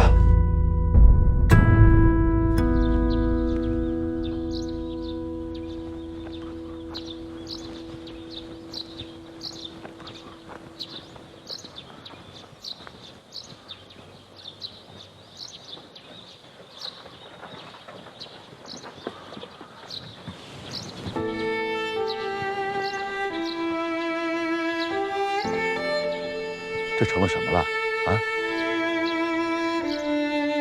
赶紧把这2个人放了，赶紧把人给放了。现在这农民见了咱们公社的干部，就像兔子见了鹰，怕得要命。夫君啊，你说农民什么时候怕过我们共产党的干部吗？以前咱们走在哪儿，老百姓都把咱们当亲人一样。你现在这样整群众，那能不怕我们吗？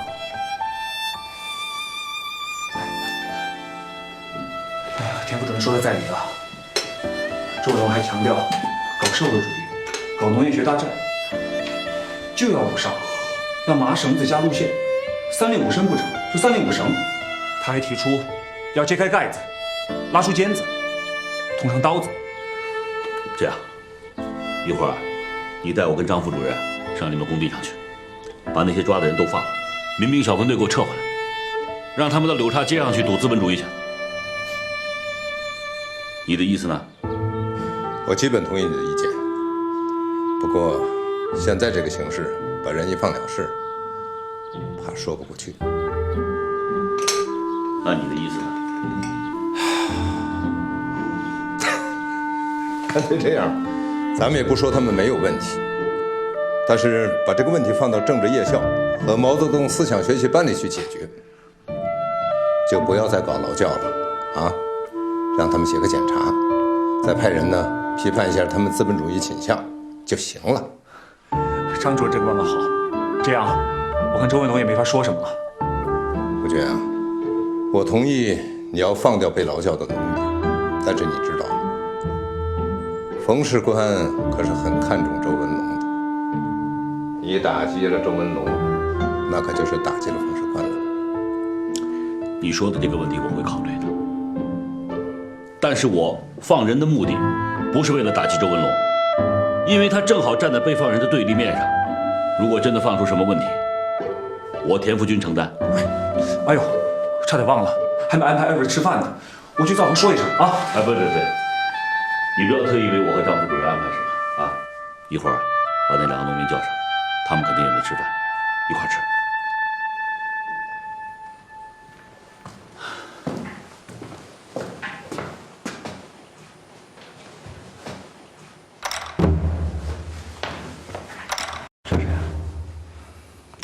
周文龙他爸一分钱不掏，经常到这儿吃饭，跟自己家似的。嘿嘿，你这个黑棉袄的太上皇，到公社食堂就跟到你屋造访一样啊！煎了这么大一碗肥肉，你还拿了3个白面馍，你吃得下去？你不怕撑着？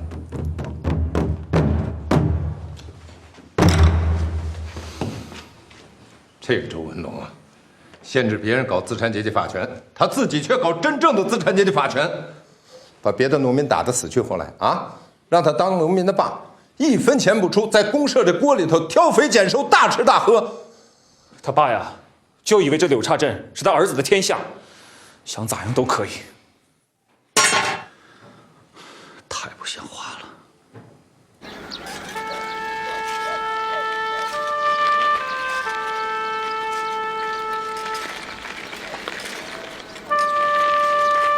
直属，去公社光回来了。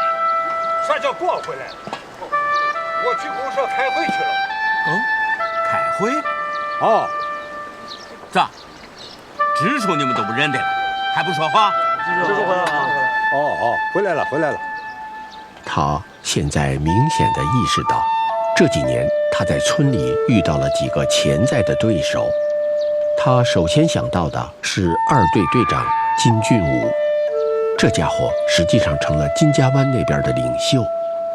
金俊武比他年轻，又是党支部委员，还时不时曲里拐弯的和他过不去。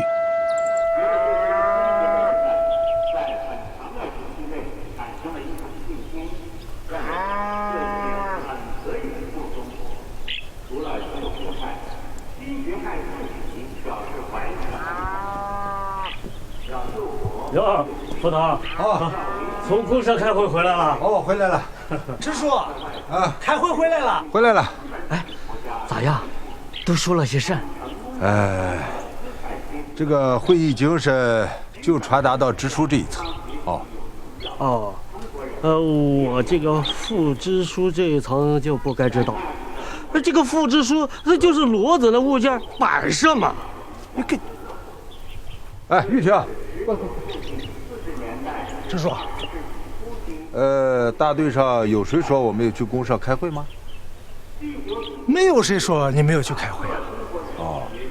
哦，支书、副支书，你们看啊，咱们这个标语写下5、6、7年了，也错了5、6、7年了。咋了？这坚决歼灭一切来犯之敌，歼灭的歼写错了，写成强奸的奸了。这谁写的？这是我前几年写的。大队上有几个人识字了？你这胡说写是甚啊？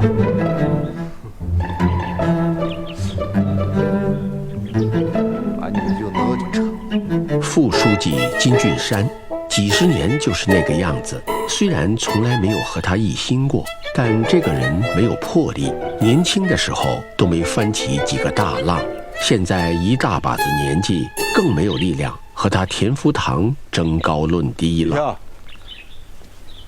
公社决定啊，要把罐子村你那个侄女婿放了。真的？哦，徐主任不在，他今天回不来，叫我把话捎回来。哎呀，好得很，支书，这肯定是你在公社说下好话了。哎，说甚好话了？本来这个事情就应该这么处理。不管咋样，叫满银回罐子村吧。哦，俊山走了，这个事情你一会儿去说说就行了。哎，不成，还是你来宣布。咋了？我和满银远近算个亲戚，我宣布，怕政治影响不好。哎呀，玉婷啊，玉婷同志，你这个政治觉悟我很满意。哦，你宣布政治影响不好，我宣布政治影响就好了。支书，你说甚呢？我实话跟你说，你宣布这个事情，那我哥全家都感戴你的情。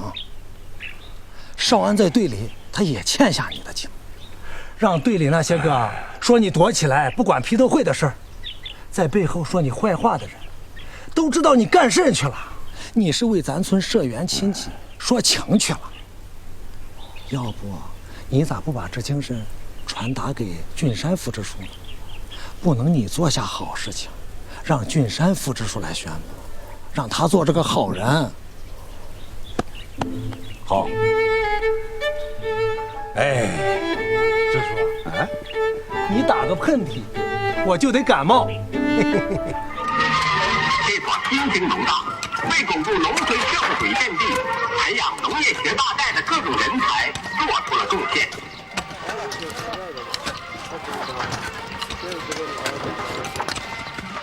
哎，行，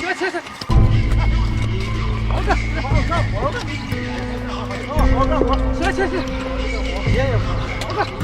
哎，是啊，其他人都休息，这些人怎么不休息呢？这些被劳教的农民呢，除了每天吃2顿饭，一整天不让休息的。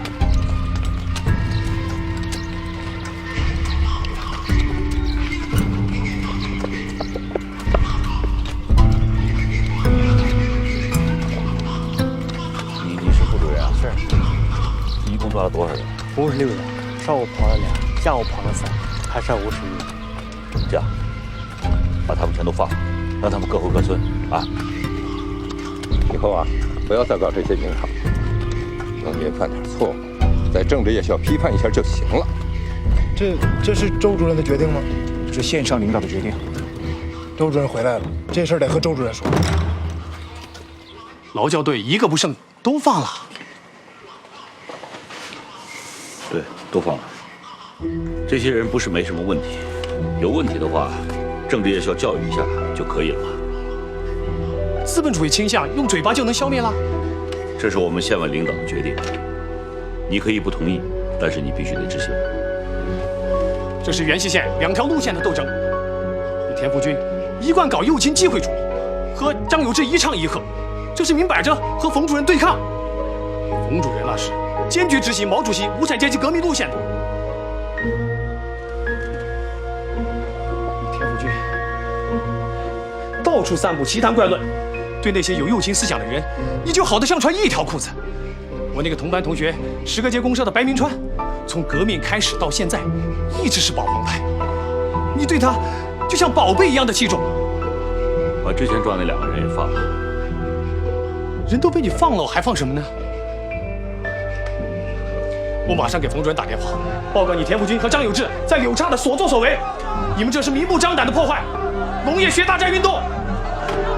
你等一下，你先跟我出来，你把外面情况看清楚，你记清楚了，然后再向冯主任汇报。来来来。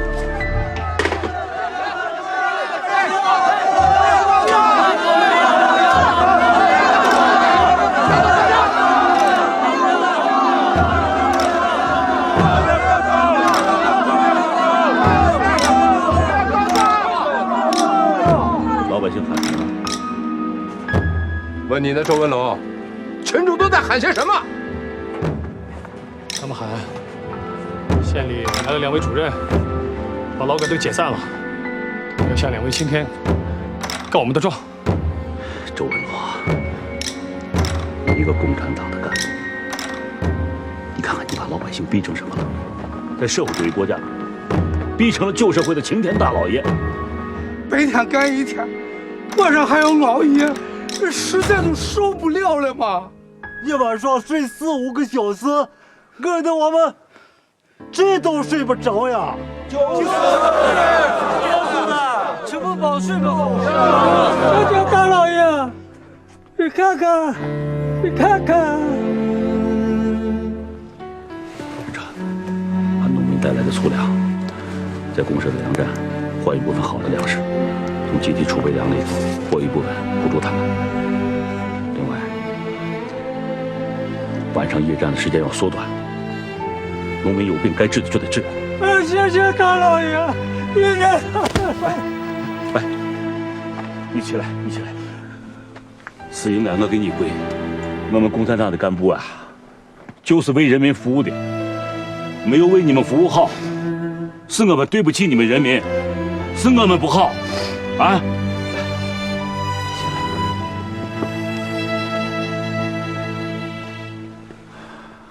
67年的时候啊，县上搞武斗，各个公社集合了好几千人到县上去救我田福军，我当时很感动。出来以后，我给老百姓跪下，但是当时我发了2个誓：一是我田福军一定要让全县的老百姓啊，从黑面膜吃成黄面膜，从黄面膜吃成白面膜。还有一个，我田福军希望我再也不要给老百姓跪第2次。没有想到啊，这第2次还是发生。从今以后啊，你们除了你们自己的先人，给谁也不要下跪，腰杆要拧的嘛。共产党解放了全中国，建立了社会主义新中国，目的就是为了让老百姓腰杆拧，不给别人下跪嘛。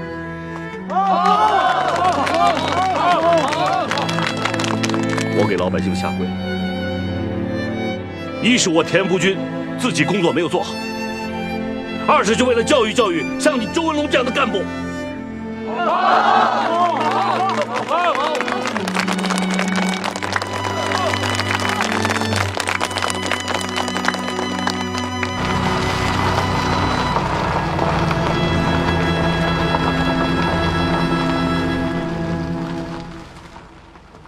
周主任，那下面咱们该怎么办呢？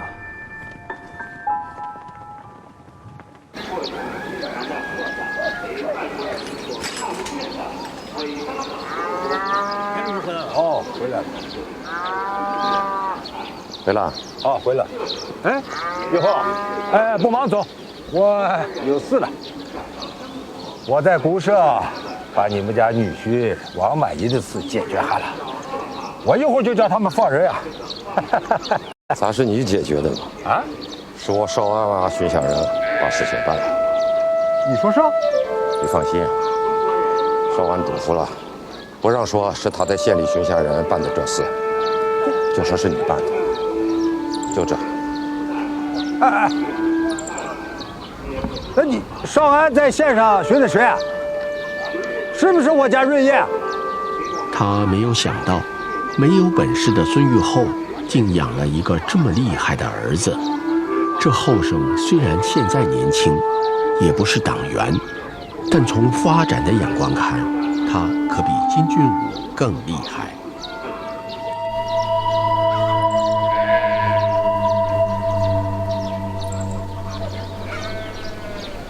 哎，哦，回来了。哦，哎呀，我在诗歌界公社看见咱女子了，你猜咋？咋？少安跑到县城去找润叶，叫润叶去求夫君，这才把玉后家的那个二流子女婿给放了。那这是好事吗？这是好事，当然是好事。不过你想一想，哎，你那个脑子能想出事儿？咱家润叶是给人家当跑腿的去了。你把我都说糊涂了。好你个孙少安呀！孙少安咋了？惹你了？他这是在麻缠咱女子呢，撂上个长腿就跑到县城去找润叶去，胆子不小，跑到县城去败坏润叶的名声去了。你那都是听别人说的，赶明儿啊，你亲自到县上找润叶问问。我就是要到县上去问问了。哦，你完了给我摊上些煎饼，夫君爱吃啊。我到县上要找夫君，我去问清楚，我还要让夫君给咱家润叶介绍上个好对象。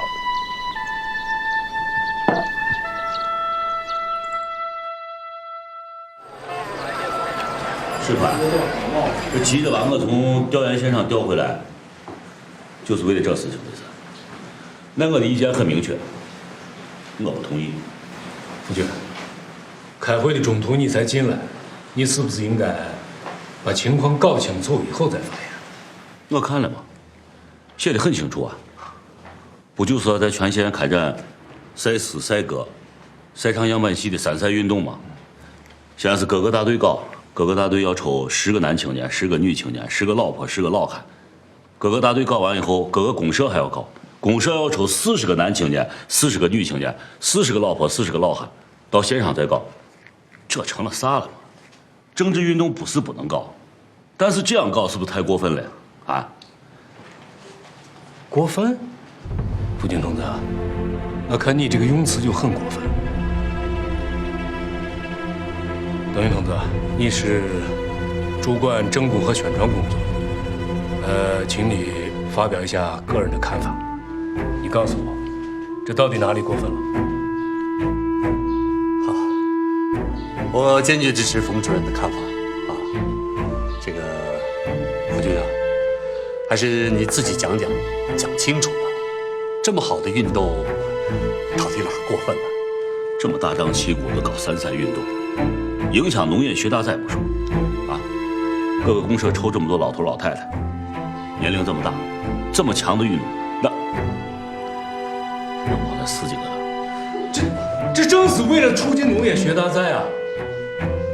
田斌同志，你在六叉公社私自释放劳教人员，打击周文龙同志的革命积极性，这才是彻头彻尾的破坏农业学大赛呀！同志们。这是路线问题啊，方向问题，是得了政治幼稚病。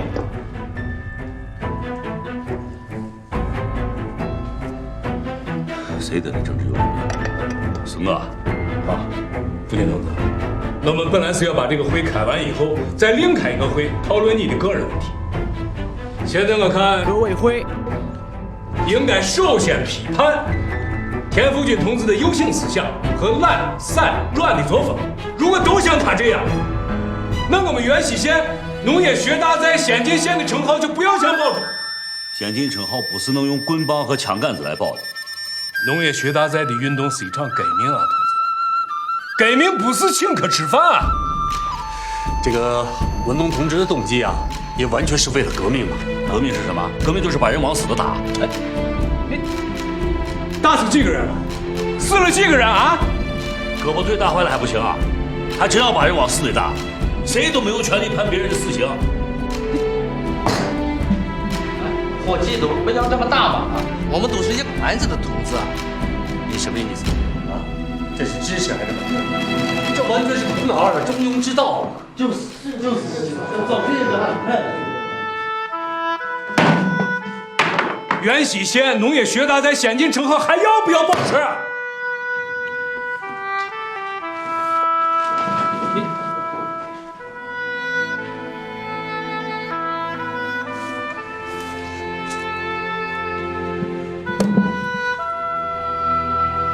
士官，你说，咱是为老百姓干事呢，还是为了保持城号？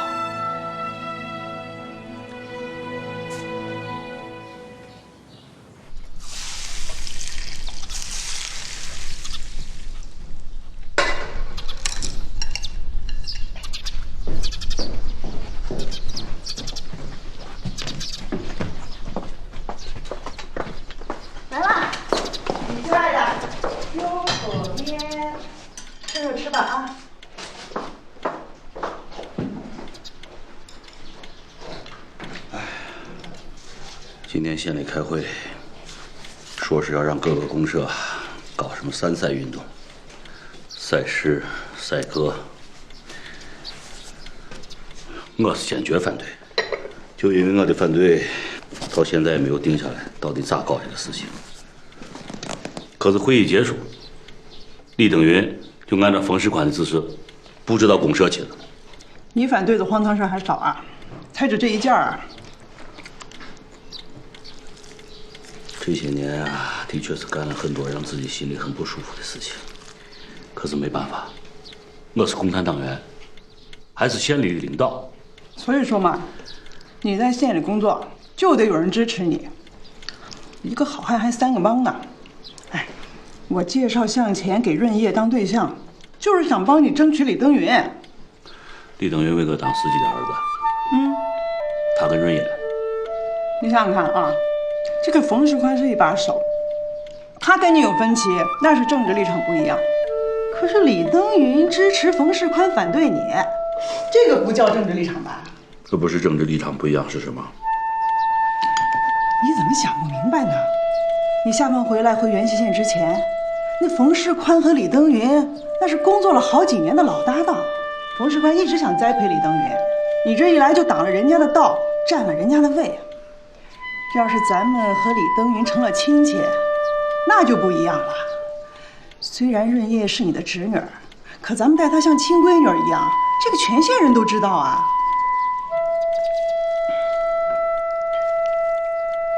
润叶要是嫁给李向前，咱们跟李登云就成了亲戚了。这样他在政治上就能支持我，是这个意思？对啊。要是向前跟润叶结了婚，咱们就是亲家，就是亲戚，那你在县革委会自然而然就有人支持你了。这个你都想不明白啊？我们家的事情啊，还是让他们自己做主吧，你不要乱掺和。爸，你们回去吧啊！不要送了，哎呀！哎呀，你不管了，不要送，不要送，奶奶回去吧啊！哎，多注意身体啊，好好过日子。你放心，放心，放心。你出来了，爽啊！哎呀，大舅子，真的感谢你啊，也感谢你的朋友们，让你们费心了啊！爽感，爸、奶奶，你们回去吧。哦，我送。路上慢些哈。好，那你们回去啊，回去啊。爽，真的，你放心吧，我从今以后再不干投机倒把的事了。从明天开始呢，就不一样了。咋不一样了？你老说从明天起不一样，跟我姐结婚那天你就说不一样，你除了胖了，你哪不一样？真的就不一样啊！走，姐，走吧。尚干，姐先走了啊。老大，快走！不送啊，我走了，快走！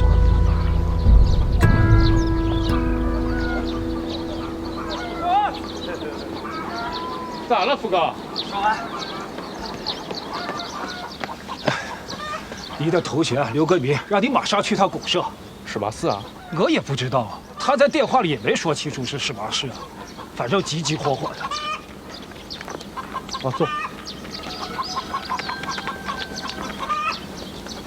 秋下下的那个蓝霞下，啊，那个莺莺菜，种下一个兰花花哟，时时的爱死个人。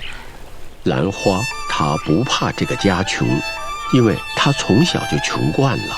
她不管别人对她丈夫怎么看，这个忠厚善良的农家姑娘始终在心里热爱着这个被世人嫌弃的人，因为在这个世界上，只有这个男人才会在她那没有什么光彩的青春岁月里，头一次给了她爱情的欢乐呀。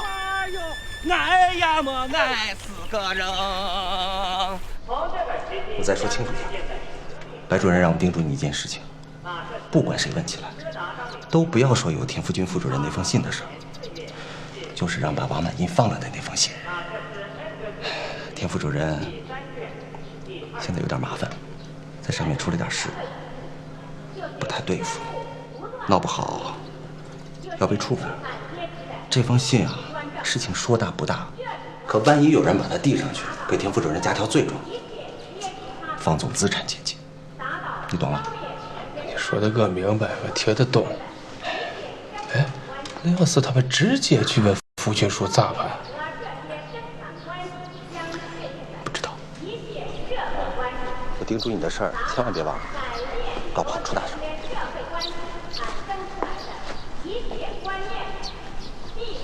哎，今天是有哪个领导来？你怎么知道？你这个车一看就是给大领导配的吧？是。省委副书记石钟，连线上都不让配，直接下来的。这会儿白主任、徐副主任正在火房小灶接待呢。哎，你干嘛去？我去找这个省委副书记。你找他干嘛？说田福军的事。孙少安，看把你能的！你一个小队队长，人家可是省委副书记石钟，你俩差着好多级呢。大队、公社、县正副加起来6级，你连进门的资格都没有。再者说了，你是个农民，得先当干部，那可是鲤鱼跳龙门啊！我豁出去了！哎，站住！少安，你给我站住！这么大领导来这视察谈工作呢，你硬闯什么？你这要犯错误的。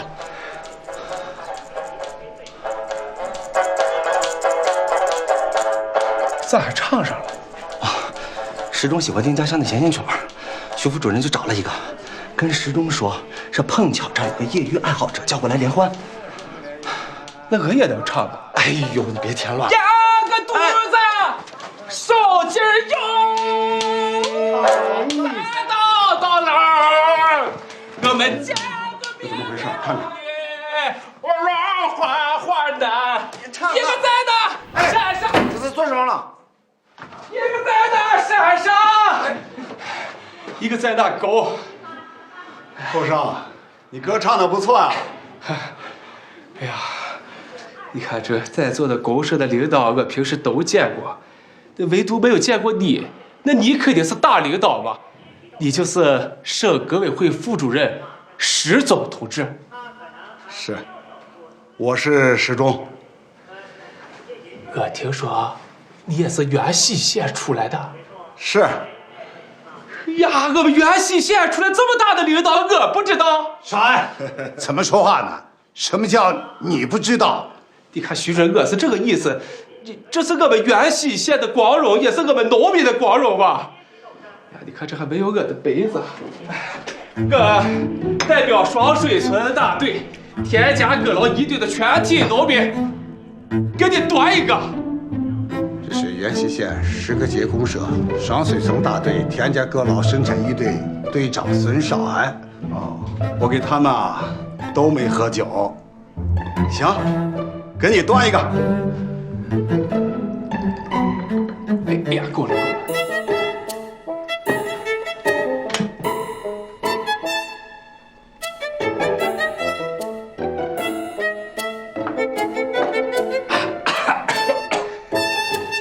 可是，我还要再给石总同志端一个呀！你看为啥？我们都是原西县出来的，你看平时搁这万水千山，好不容易今天见上头一面了，我跟咱突然闯进来，有点冒失，你不要怪罪我，我再给你端一个啊。年轻人啊，你敢这么放肆，胆大，有种！哎呀，大领导啊，你还不知道，我除了胆大还有个毛病，那就是招村里的姑娘们喜欢。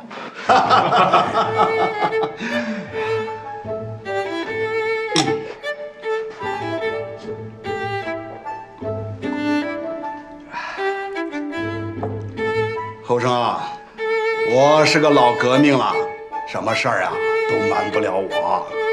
你这是另走一条路，是要我对你有印象，隔着万水千山，让我这大领导啊知道你啊。你这认识领导的法子，我懂。你看，要不是大领导嘛，英明伟大的很。我今天头一次用这一招就被你看出来了。你已经给我留下了深刻的印象。是这，大领导，我今天是想求个情。这个人太多了，不方便说话。我想单独跟你说，我在外面等着你啊。你先吃着啊。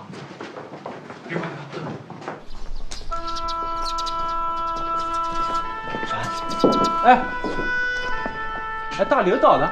在房间等你呢。哦，哎，少安，咋了？你可真行啊！这首长从来不喝酒，今儿额外多喝了几杯。少安，快去吧，池中副主任在等你，你就和他单独谈。要敲门啊，记住。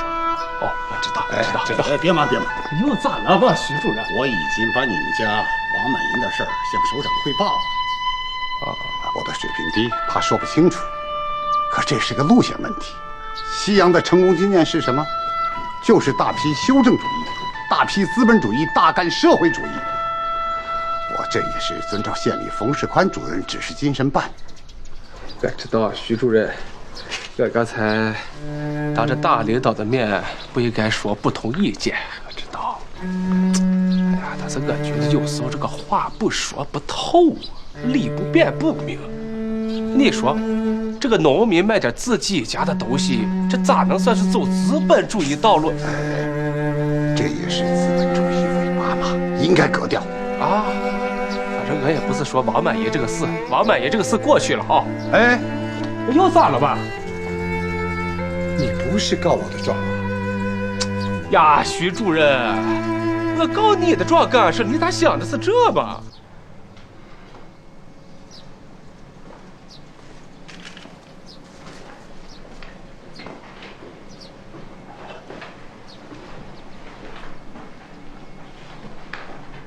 每回日头落，都心慌啊，恐怕什么事儿来不及啊。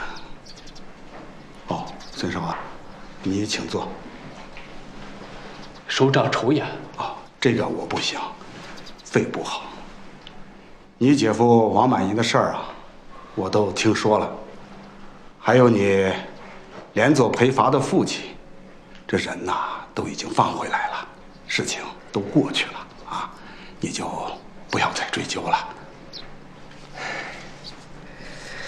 我不是给家里人讨公道的，我是代表原西县的劳动人民，为田福军求情。田福军？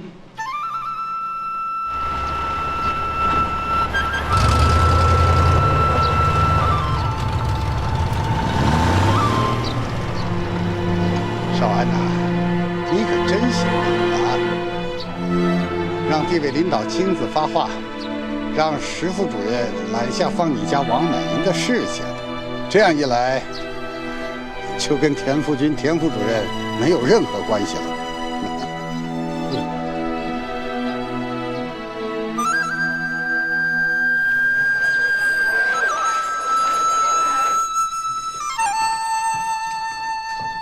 哎呀，弟妹！哟，哎呦，哥来了！来来咋又拿这么多东西？哎呀，你看我给你带的是你们爱吃的煎饼吗？煎饼。哥，来，快坐。夫君呢？啊，去地委开会了。你看你来也不说一声。哎，他忙他的，我这次来就是来找你的。找我呀？哦，哥。哦，正好，我也有个事儿想找你呢。哦，要是你今天不来啊，我还准备往公社打电话呢。哦，什么事情？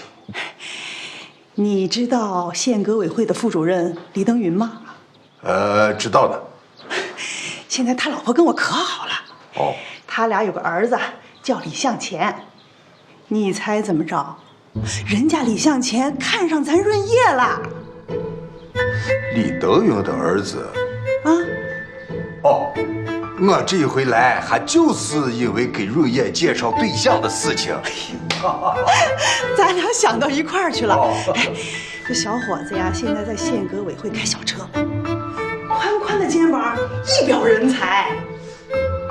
李伟，你看我啊是个农民，人家李登云是革委会的副主任，这个差距，哦，我说的不是儿女姻缘的差距，是这个农民和干部的差距。最好是能找上一个一般干部家庭的娃娃，不敢太高了。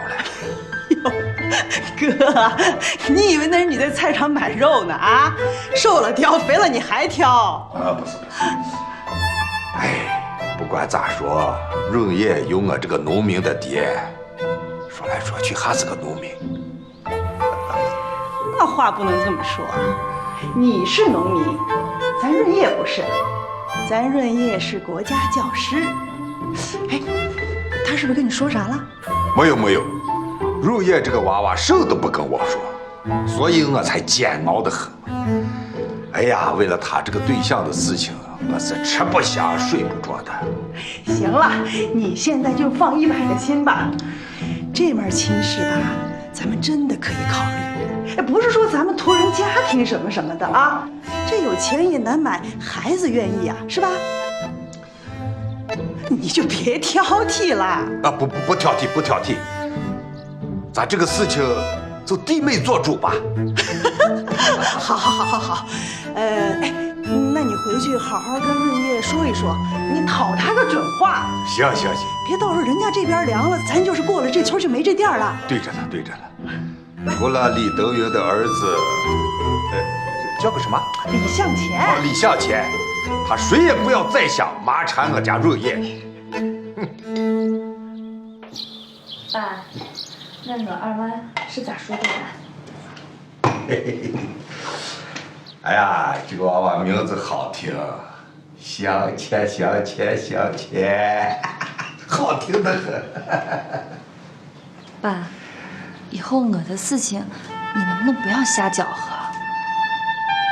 我现在还不想嫁人嘞。哎呀，又没有让你今天就登记结婚了。小心烫。我出去了啊！哎，干啥？你还没给我个准话呢吗？爸，我的事情你能不能不要管？我心里有人了。谁？真是宋少安？啊？那个黄土疙瘩有什么好的？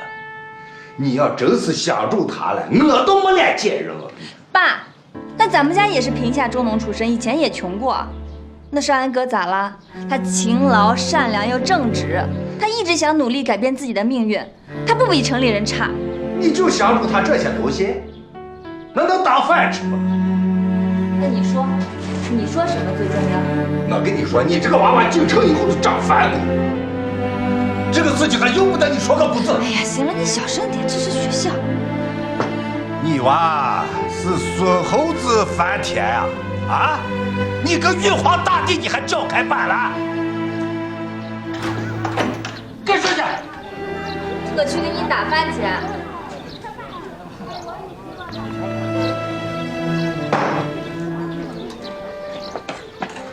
润叶，怎么这么高兴？媳妇给我介绍了一个对象，我星期天去黄原相亲。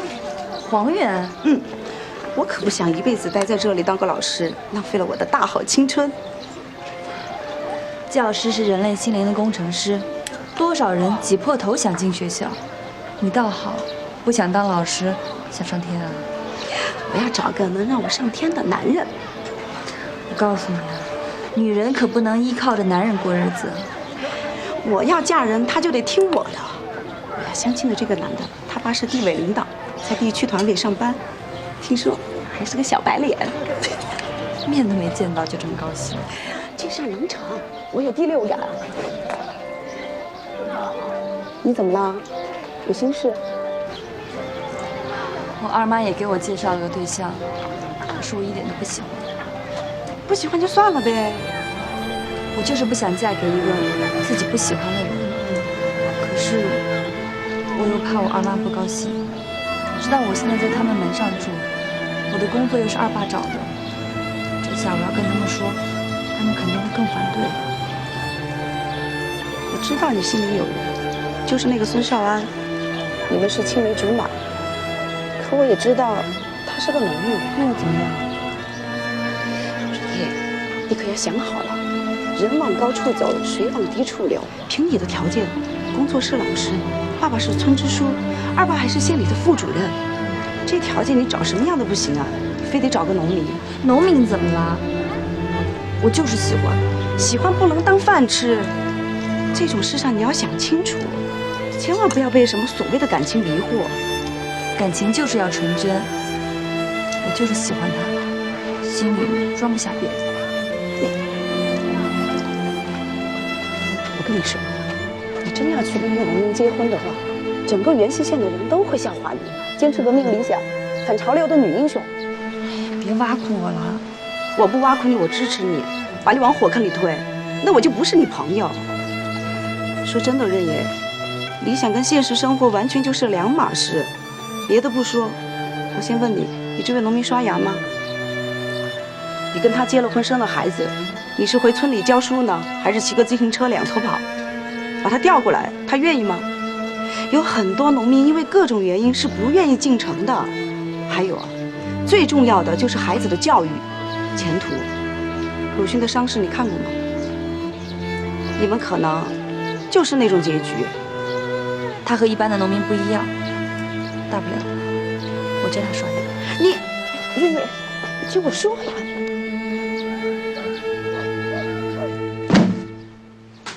回来了。哦。哟，这大包小包的去，这咋又大包小包的回来了？我送出去啊？自己看。我看。哦，换了东西了。哟，还有杨碱肥皂呢啊！哟，咋了？受气了？你女子现在胆子是越来越大了，放着堂堂的县革委会副主任的儿子不嫁呀，非要找个泥腿把子，啊，把我一个人扔到宿舍里，自己就跑了。你说他心里现在还有我这个爸没有？你是说孙少安呀？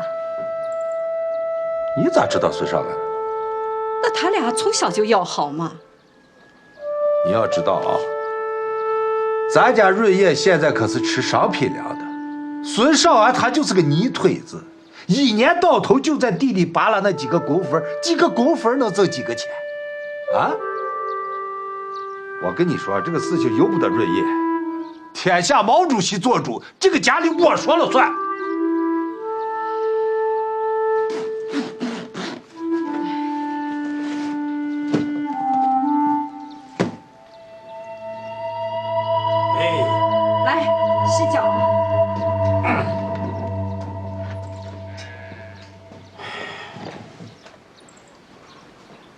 哎呀，要我说呀，这少安也是个好后生，论模样、论品行都不错，心眼又好。那年年选生产队长，你不是都投他的票吗？哎呀，那个选队长跟选女婿是不是一回事嘛？想当年，他要是和润叶一块在县上念书，最后再寻个工作，当咱女婿还说得过去。那你是同意少安做咱女婿了？我说要是的话，要是他俩都在县上工作，不用他少安提，我就直接找上媒人到他家去把润叶许配给他，到时候再把他家的光景扶植起来，没有窑柱再帮他雇上2口新窑，没有吃的到咱家来吃都成的。哎呀，这个水太凉了，你再给我加上些热的。哎，你说，哎，这个驴车跟那个小轿车哪个跑得快？孙少安他也不到那个东南河照照自己的影子，一天胡骚起我家女子。他就是落苦了，他也不吃亏，他是在提高自己的身价呢，你知道不知道？可是到那个时候，我田福堂的祖坟上就会多了一泡狗屎。哎，这是活活把人往死欺负了吧？这是。你看你说这话啊，哪像个子叔说的话呢？哎呦，我想起来了，少安呀，今天还来寻你来了。他寻我干什么？说是分猪饲料地的事儿。这个事情我知道，他还算有些脑子。你也支持少安啊？多分些地对农民有好处，我为什么不支持呢？再说了，生猪指标完成不了，公社还找我的麻烦呢。哎呀，不过这个事情弄不好要挨批判呢。那你可得提醒点少安。哼，我提醒他，他要是再骚起我家女子，我只要借着这个事情，我好好的整他。哎呀，你看，哎呀，你看看你，哎呀！时间过得既漫长又飞快，转眼间就到了夏天，这是黄土高原1年里再好不过的日子了。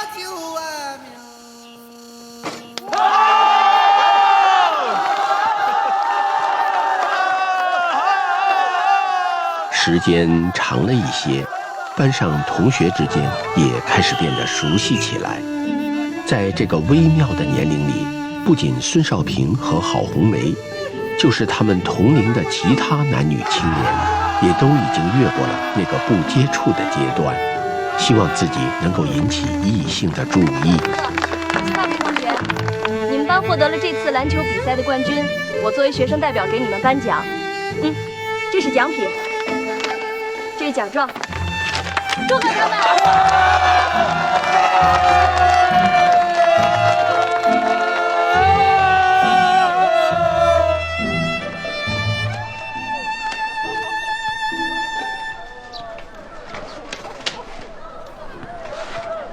劳动委员，你咋了？刚才还好好的，咋一回来你就打蔫了？饿，忍着点吧。离开饭的时间还早着呢。日成，说实话，我对这还有2年高中生涯能不能读得下去，已经完全没信心了。哎，你这话啥意思啊？我想退学。你想退学？你为啥那么兴奋啊？你不是说要离开这里吗？要扒火车走？我早就有这个想法，想跟你一起扒火车走。你说说，你咋想的？有计划没啊？计划暂时还没有。没有计划，那你咋想退学啊？你说，我这读书这些日子，除了润叶姐接济我一点，大部分时间我也就吃个黑肥肉，连份饼菜都吃不起。每次饿得难受的时候，我都想，其实我读半年高中，回农村里去当个小队会计也可以凑合。我为什么要硬撑着呢？可是，一想到回农村去当小队会计，我会觉得不甘心。你说的也是，现在这个时候，整天闹哄哄的搞各种社会活动，咱学不学习都无所谓。也没啥学习上的压力，反正后2年啊，高中毕业了，都各自回家。多读1年书，家里得多花多少钱呢？我们家已经够困难了，你说我不给家里分担也就算了，我总不能再给他们添负担吧？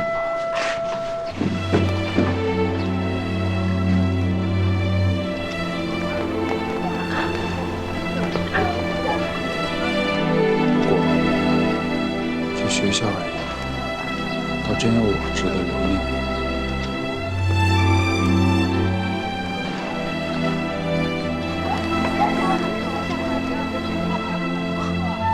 原来是因为这，我说你咋不一样了？你喜欢郝红梅？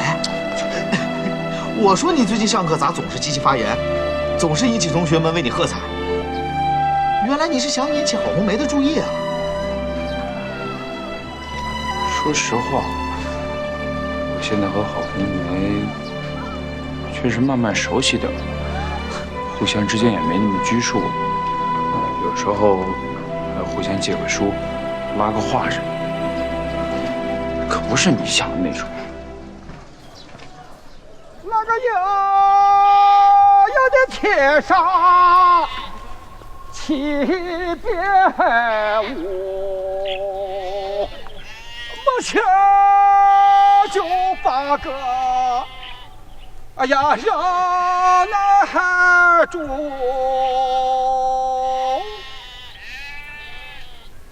背朝着太阳，也朝着土，天底下自有咱庄稼人苦。一年个四季，汗水水流。突然想起开会了呢，快！什么事？哎呀，今天说一下啊，说一下这个猪饲料地的事。听少安说，哎呀，咱们生产队一直是本着多干活少开会的原则啊，不是开会，就是说着心里话。我也想听一下大家心里到底是咋想的。你看咱队这些个年哈。一提起猪就能把人闹心死，人都没得吃，谁喂得起猪啊？哎，就是嘛。但是这是国家政策，你说咋办？国家要把这个肥猪肉给工人阶级吃，给解放军吃，给城市的居民吃，还要支持亚非拉第三世界了。你说这猪能不养？不能不喂。哎呀，这是能把人愁死。这不，国家现在又下政策了。说是每户啊，给4分的猪饲料地。队长，你有啥话你就直说啊！猪的这点破事，我们大家都知道。哎呀，知道也要说嘛。那少安说了，那是完事儿都要说清楚，咱占个理嘛。哎，这4分地能干啥？这猪是咱祖宗，我养活不了它，它都吃了我。别这样说，我跟福刚已经商量过了哈。我们有个主意，现在想征求一下大伙儿的意见。你看啊，这咱队里这个除了种庄稼的地以外，好多那个边边角角6、7、8穗这个荒地啊，全在这荒着。这荒着也是荒着嘛。我现在想借这个机会把这个荒地给划分一下，当成这个猪饲料地分下去，就少占用队里种粮食这个地啊。少安，那一个人到底能分多少？你能利用多少就分多少吧。那就是说，分给我的地，我想种啥就种啥了。只要是你完成好这个猪饲料的任务，养好猪，其他的事情你爱种什就种什。你要种个摇钱树，没有人管你啊。哎，少安，我是说，这分地这事，这可是个大事情啊！你一个人怕说了不算，你上头那还有2个大领导了吗？你是这我是生产队的队长，只要是你们没有意见，我就能做这个猪。那当然，那福堂叔、我二爸和大家是一起分这个猪饲料地。少安，你看啊，你给我们分猪饲料地吧，按理说是个好事，我们应该拥护你。但是我还是有点担心，这个毛主席说了，坏事可以变成好事，那好事也可以变成坏事。哎呀，到底是好事还是坏事嘛？谁说的？毛主席。那手中有粮，心中不慌是谁说的？毛主席，这不就对了吗？哎呀，你就不要瞎操心了，我心里有数啊。现在大家跟着我一起啊，咱到那边那个地里好好去丈量一下，看看是咋量好啊，咱去看一下。行，等，还有个事我要说一下哈，回到村里，不要和大家议论这个事，不要说。我听说二队军务他们也在这丈量这个主饲料地，对吧？有一个事一定要搞清楚，这个皇帝虽然是皇帝，但是国家的地，给你是让你营务，让你收成啊，这不要弄乱了。国家的地就是国家的地，自己的地就是自己的地，这个一定要。哎呀，反正回村不要跟大家议论这个事了啊！记住啊，不要说啊！上完。你咋了？我还是有点担心啊，这可是要犯政治错误。哎呀，你不要担心，这是好事啊！赶紧吧。好事还是坏事？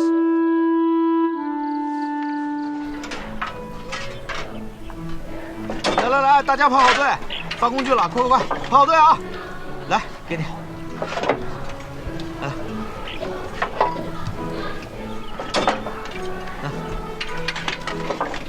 来，给。好。来。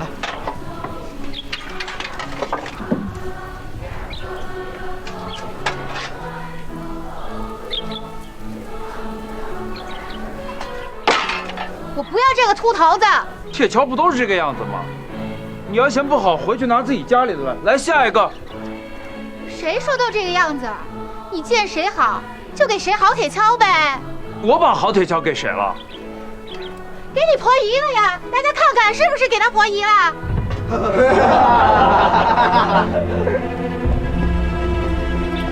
你看看，这叫贼不打自招。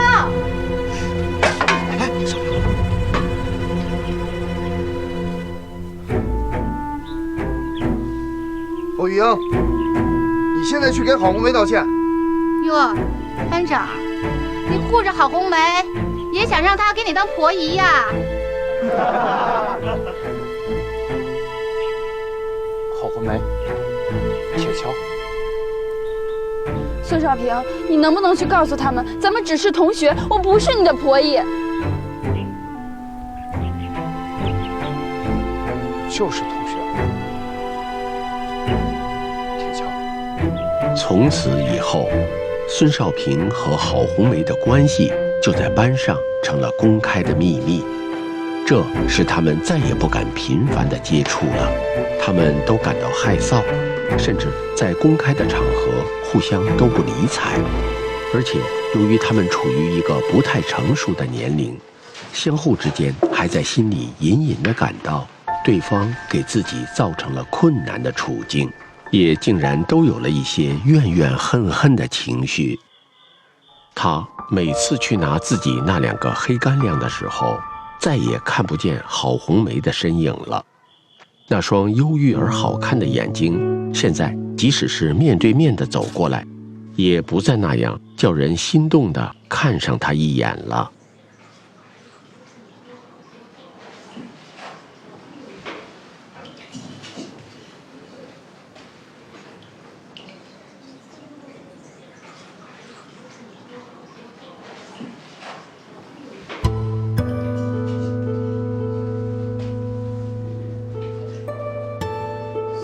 少平，我在这儿等你，还你书。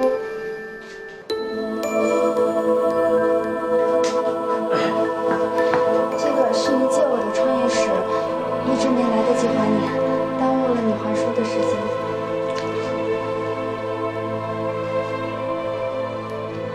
哎，你别拿。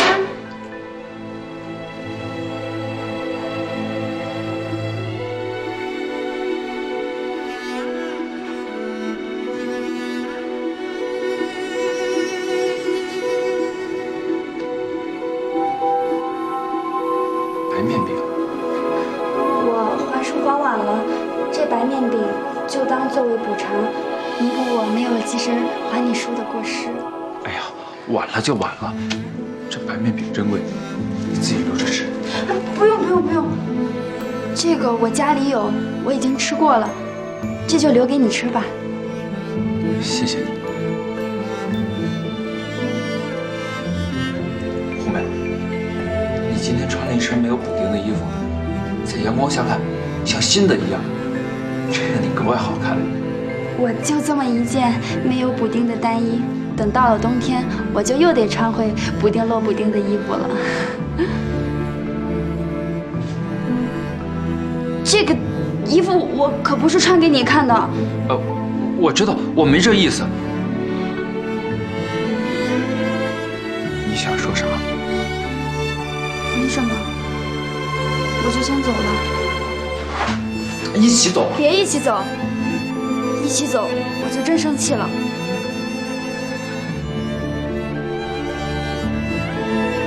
少平拿着这几块白面饼，站在黑暗的学校院子里，眼睛含满了泪水。他觉得他拾起的不仅仅是几块白面饼，而是很多很多。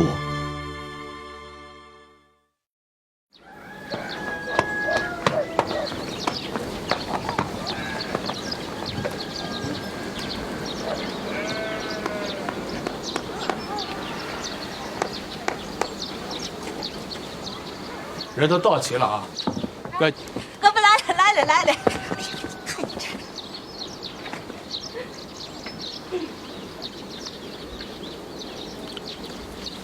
大伙注意哈，我这个话三令五申，嘴皮子都快磨破了，说了好多回，不要推迟出山的时间。那咱们秋天的收成和这几十户人家全年的生计，就在这每天的分分秒秒里。那毛主席教导我们，10000年太久，只争朝夕。往后不敢再迟到啊！还没电话没册，谁迟到扣下谁的工分。哎呀，说甚呢？毛主席的话可不敢不听，初三的时间更不敢耽误。晚上睡觉受风着凉，跑肚拉稀了。咋回事来？我们响应党的号召，带病坚持工作，你不表扬表扬就算了，咋还批评上了？二妈，我不是批评你，我这个话是和大伙儿说的。谁知道我二爸先拉稀了。小声！哎，有啥可笑的？有啥可笑的？我说少安呀，你这个队长当的可是实在哦，可你也不能不把我们这些社员当人看吧？你不信问问大伙儿，大伙儿几乎都说你把他们抠得太紧，简直到了残酷的程度。三弟休息的时候啊，往往想过口烟瘾，结果烟瘾还没过，就被你拉起来干活了。哎，这天天出工，天天追得紧，这急得连泡尿都得憋回去嘛。你知道他们在后面叫你个甚？孙阎王。现在不下苦，到了秋天分粮的时候，你们就骂我是龟孙了。哎，我宁可当这个阎王，也不当龟孙。有啥好说少安队长的啊？天地良心，你们都有眼看得见吗？少安队长每次出工从不偷懒，专捡那重活干。至于地里那技手，那更是出类拔萃，样样精通。连我这个队里的老行家，那心里边都佩服得五体投地了。就是嘛，这队长的威信，在队里是自然形成的。你们瞎折腾啥？我是村上的妇女主任，队上的活还多着嘞。我先走了。你走，你的工分咋算吧？大队记。不就是记个工分吗？你想咋记就咋记，咋记也不是自己的地，你想记多少记多少，记多少也吃不饱。二妈，你想的是这个？你们大伙儿的心里想的都是这，对不对？少安，你说的对着嘞，反正是混工分嘛，苦干精干就是那些。你孙阎王把我们抠得那么紧，是干什来？有这个必要吗？大伙说对不对？咋都不说话了？平时不是说你美得很吗？行，不说话，那我就算你们默认。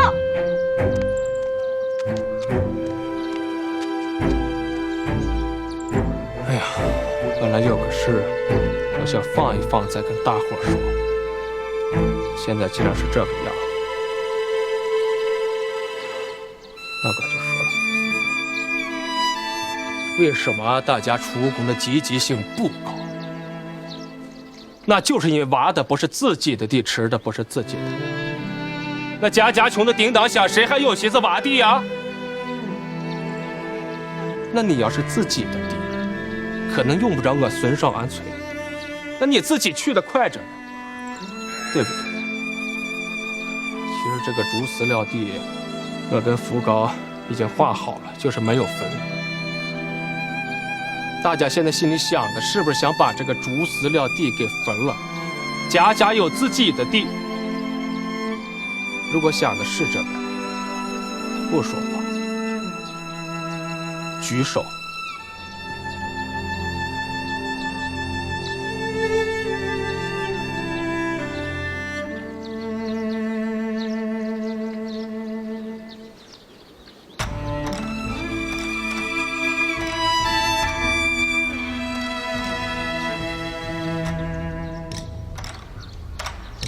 放下，那就是咱今天就把这个竹饲料地给分了。同意的举手。进屋。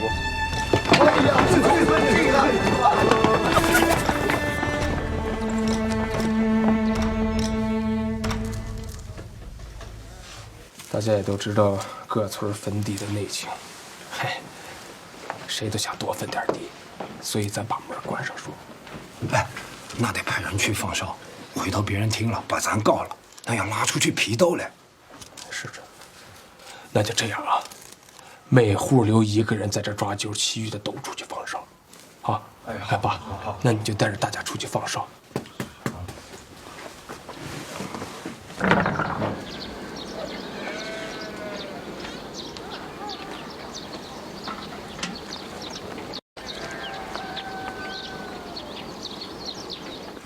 少安，把地给大家一分，你就不怕惹事上身？惹什么事啊？你私自带头多分饲养地，扩大自留地，如果上面查下来，这不责罪你了吗？我问过了，咱们公社几个大队偷偷把这事都干完了，那县里不管，上面不来查，你自己人不说谁知道？那要是有人说出去，咋弄？人人都拿了好处，你说吗？大家都明白，今天的事儿要是传出去，那队长要担很大的责任。这样，我写了个保密宣言，大家一会儿啊，每个人都在上面摁一个手印。好，抓阄吧。那现在能按照点名册上的顺序点名，点到谁来抓啊？田德胜、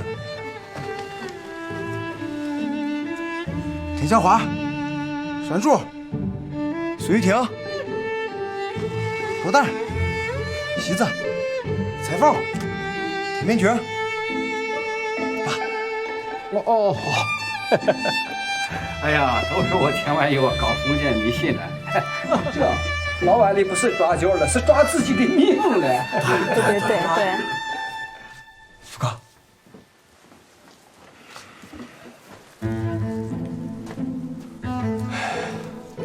都抓完了，那就这啊，鼓掌通过。哎呀，小点声，那小声鼓你也得鼓嘛。少安，你看看你自己抓的阄。燕哥不看出宫了啊，赶紧说。看你看你自己，你看我的干什么？看看你的阄，少安。看什么？那看就看一下嘛。我说过啊，抓着哪块是哪块。不敢换啊，不敢换。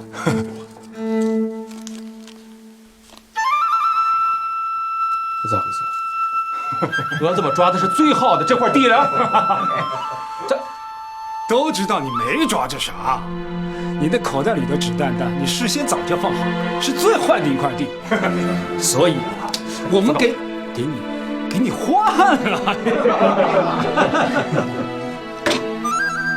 老伯义，这不行。哎，少安，这大家的心思都是为你来，你要不拿，那我们这纸蛋蛋全都搁回去。对，重新再抓一次。抓着什么就是什么，啊！来，搁回来。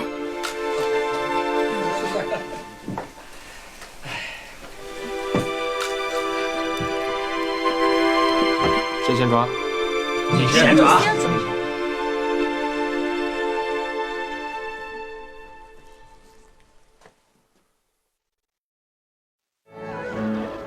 哎呀，来！上梁！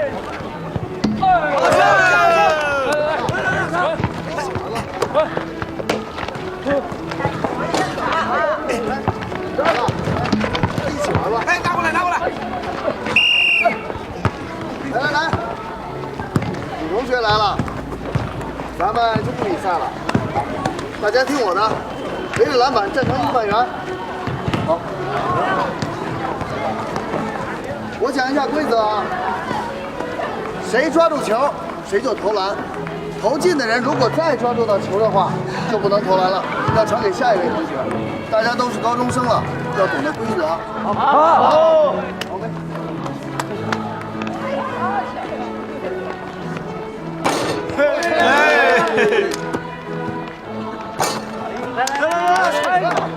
红梅给我传一个。小明，给你。走！哎，来传一个，来，小明，给，来传一个，传一个，给我。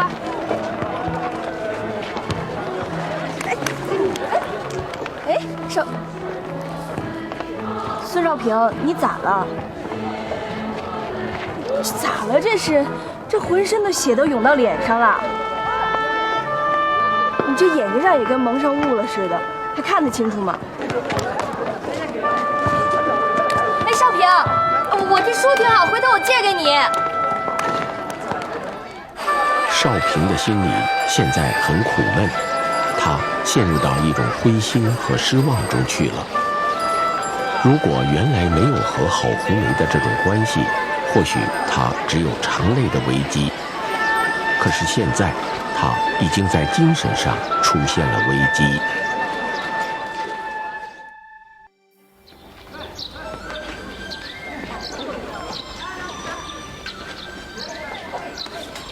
别看了，这郝红梅的饭是顾养民帮着打的，她现在都吃乙餐了。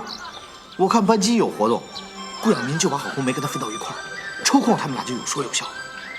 我估计啊，他俩是好上了，说不定是顾养民让他吃上了乙餐。日成，啊，你帮我传个纸条给郝红梅，我有话跟她说。嗯，好。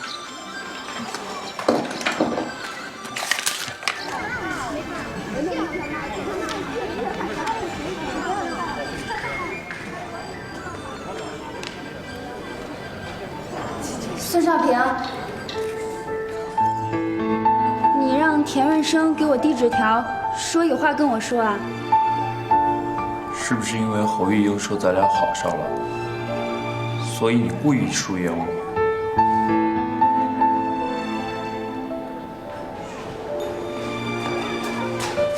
你的纸条还给你，你还是赶紧把它撕了吧。你是不是和顾养民好上了？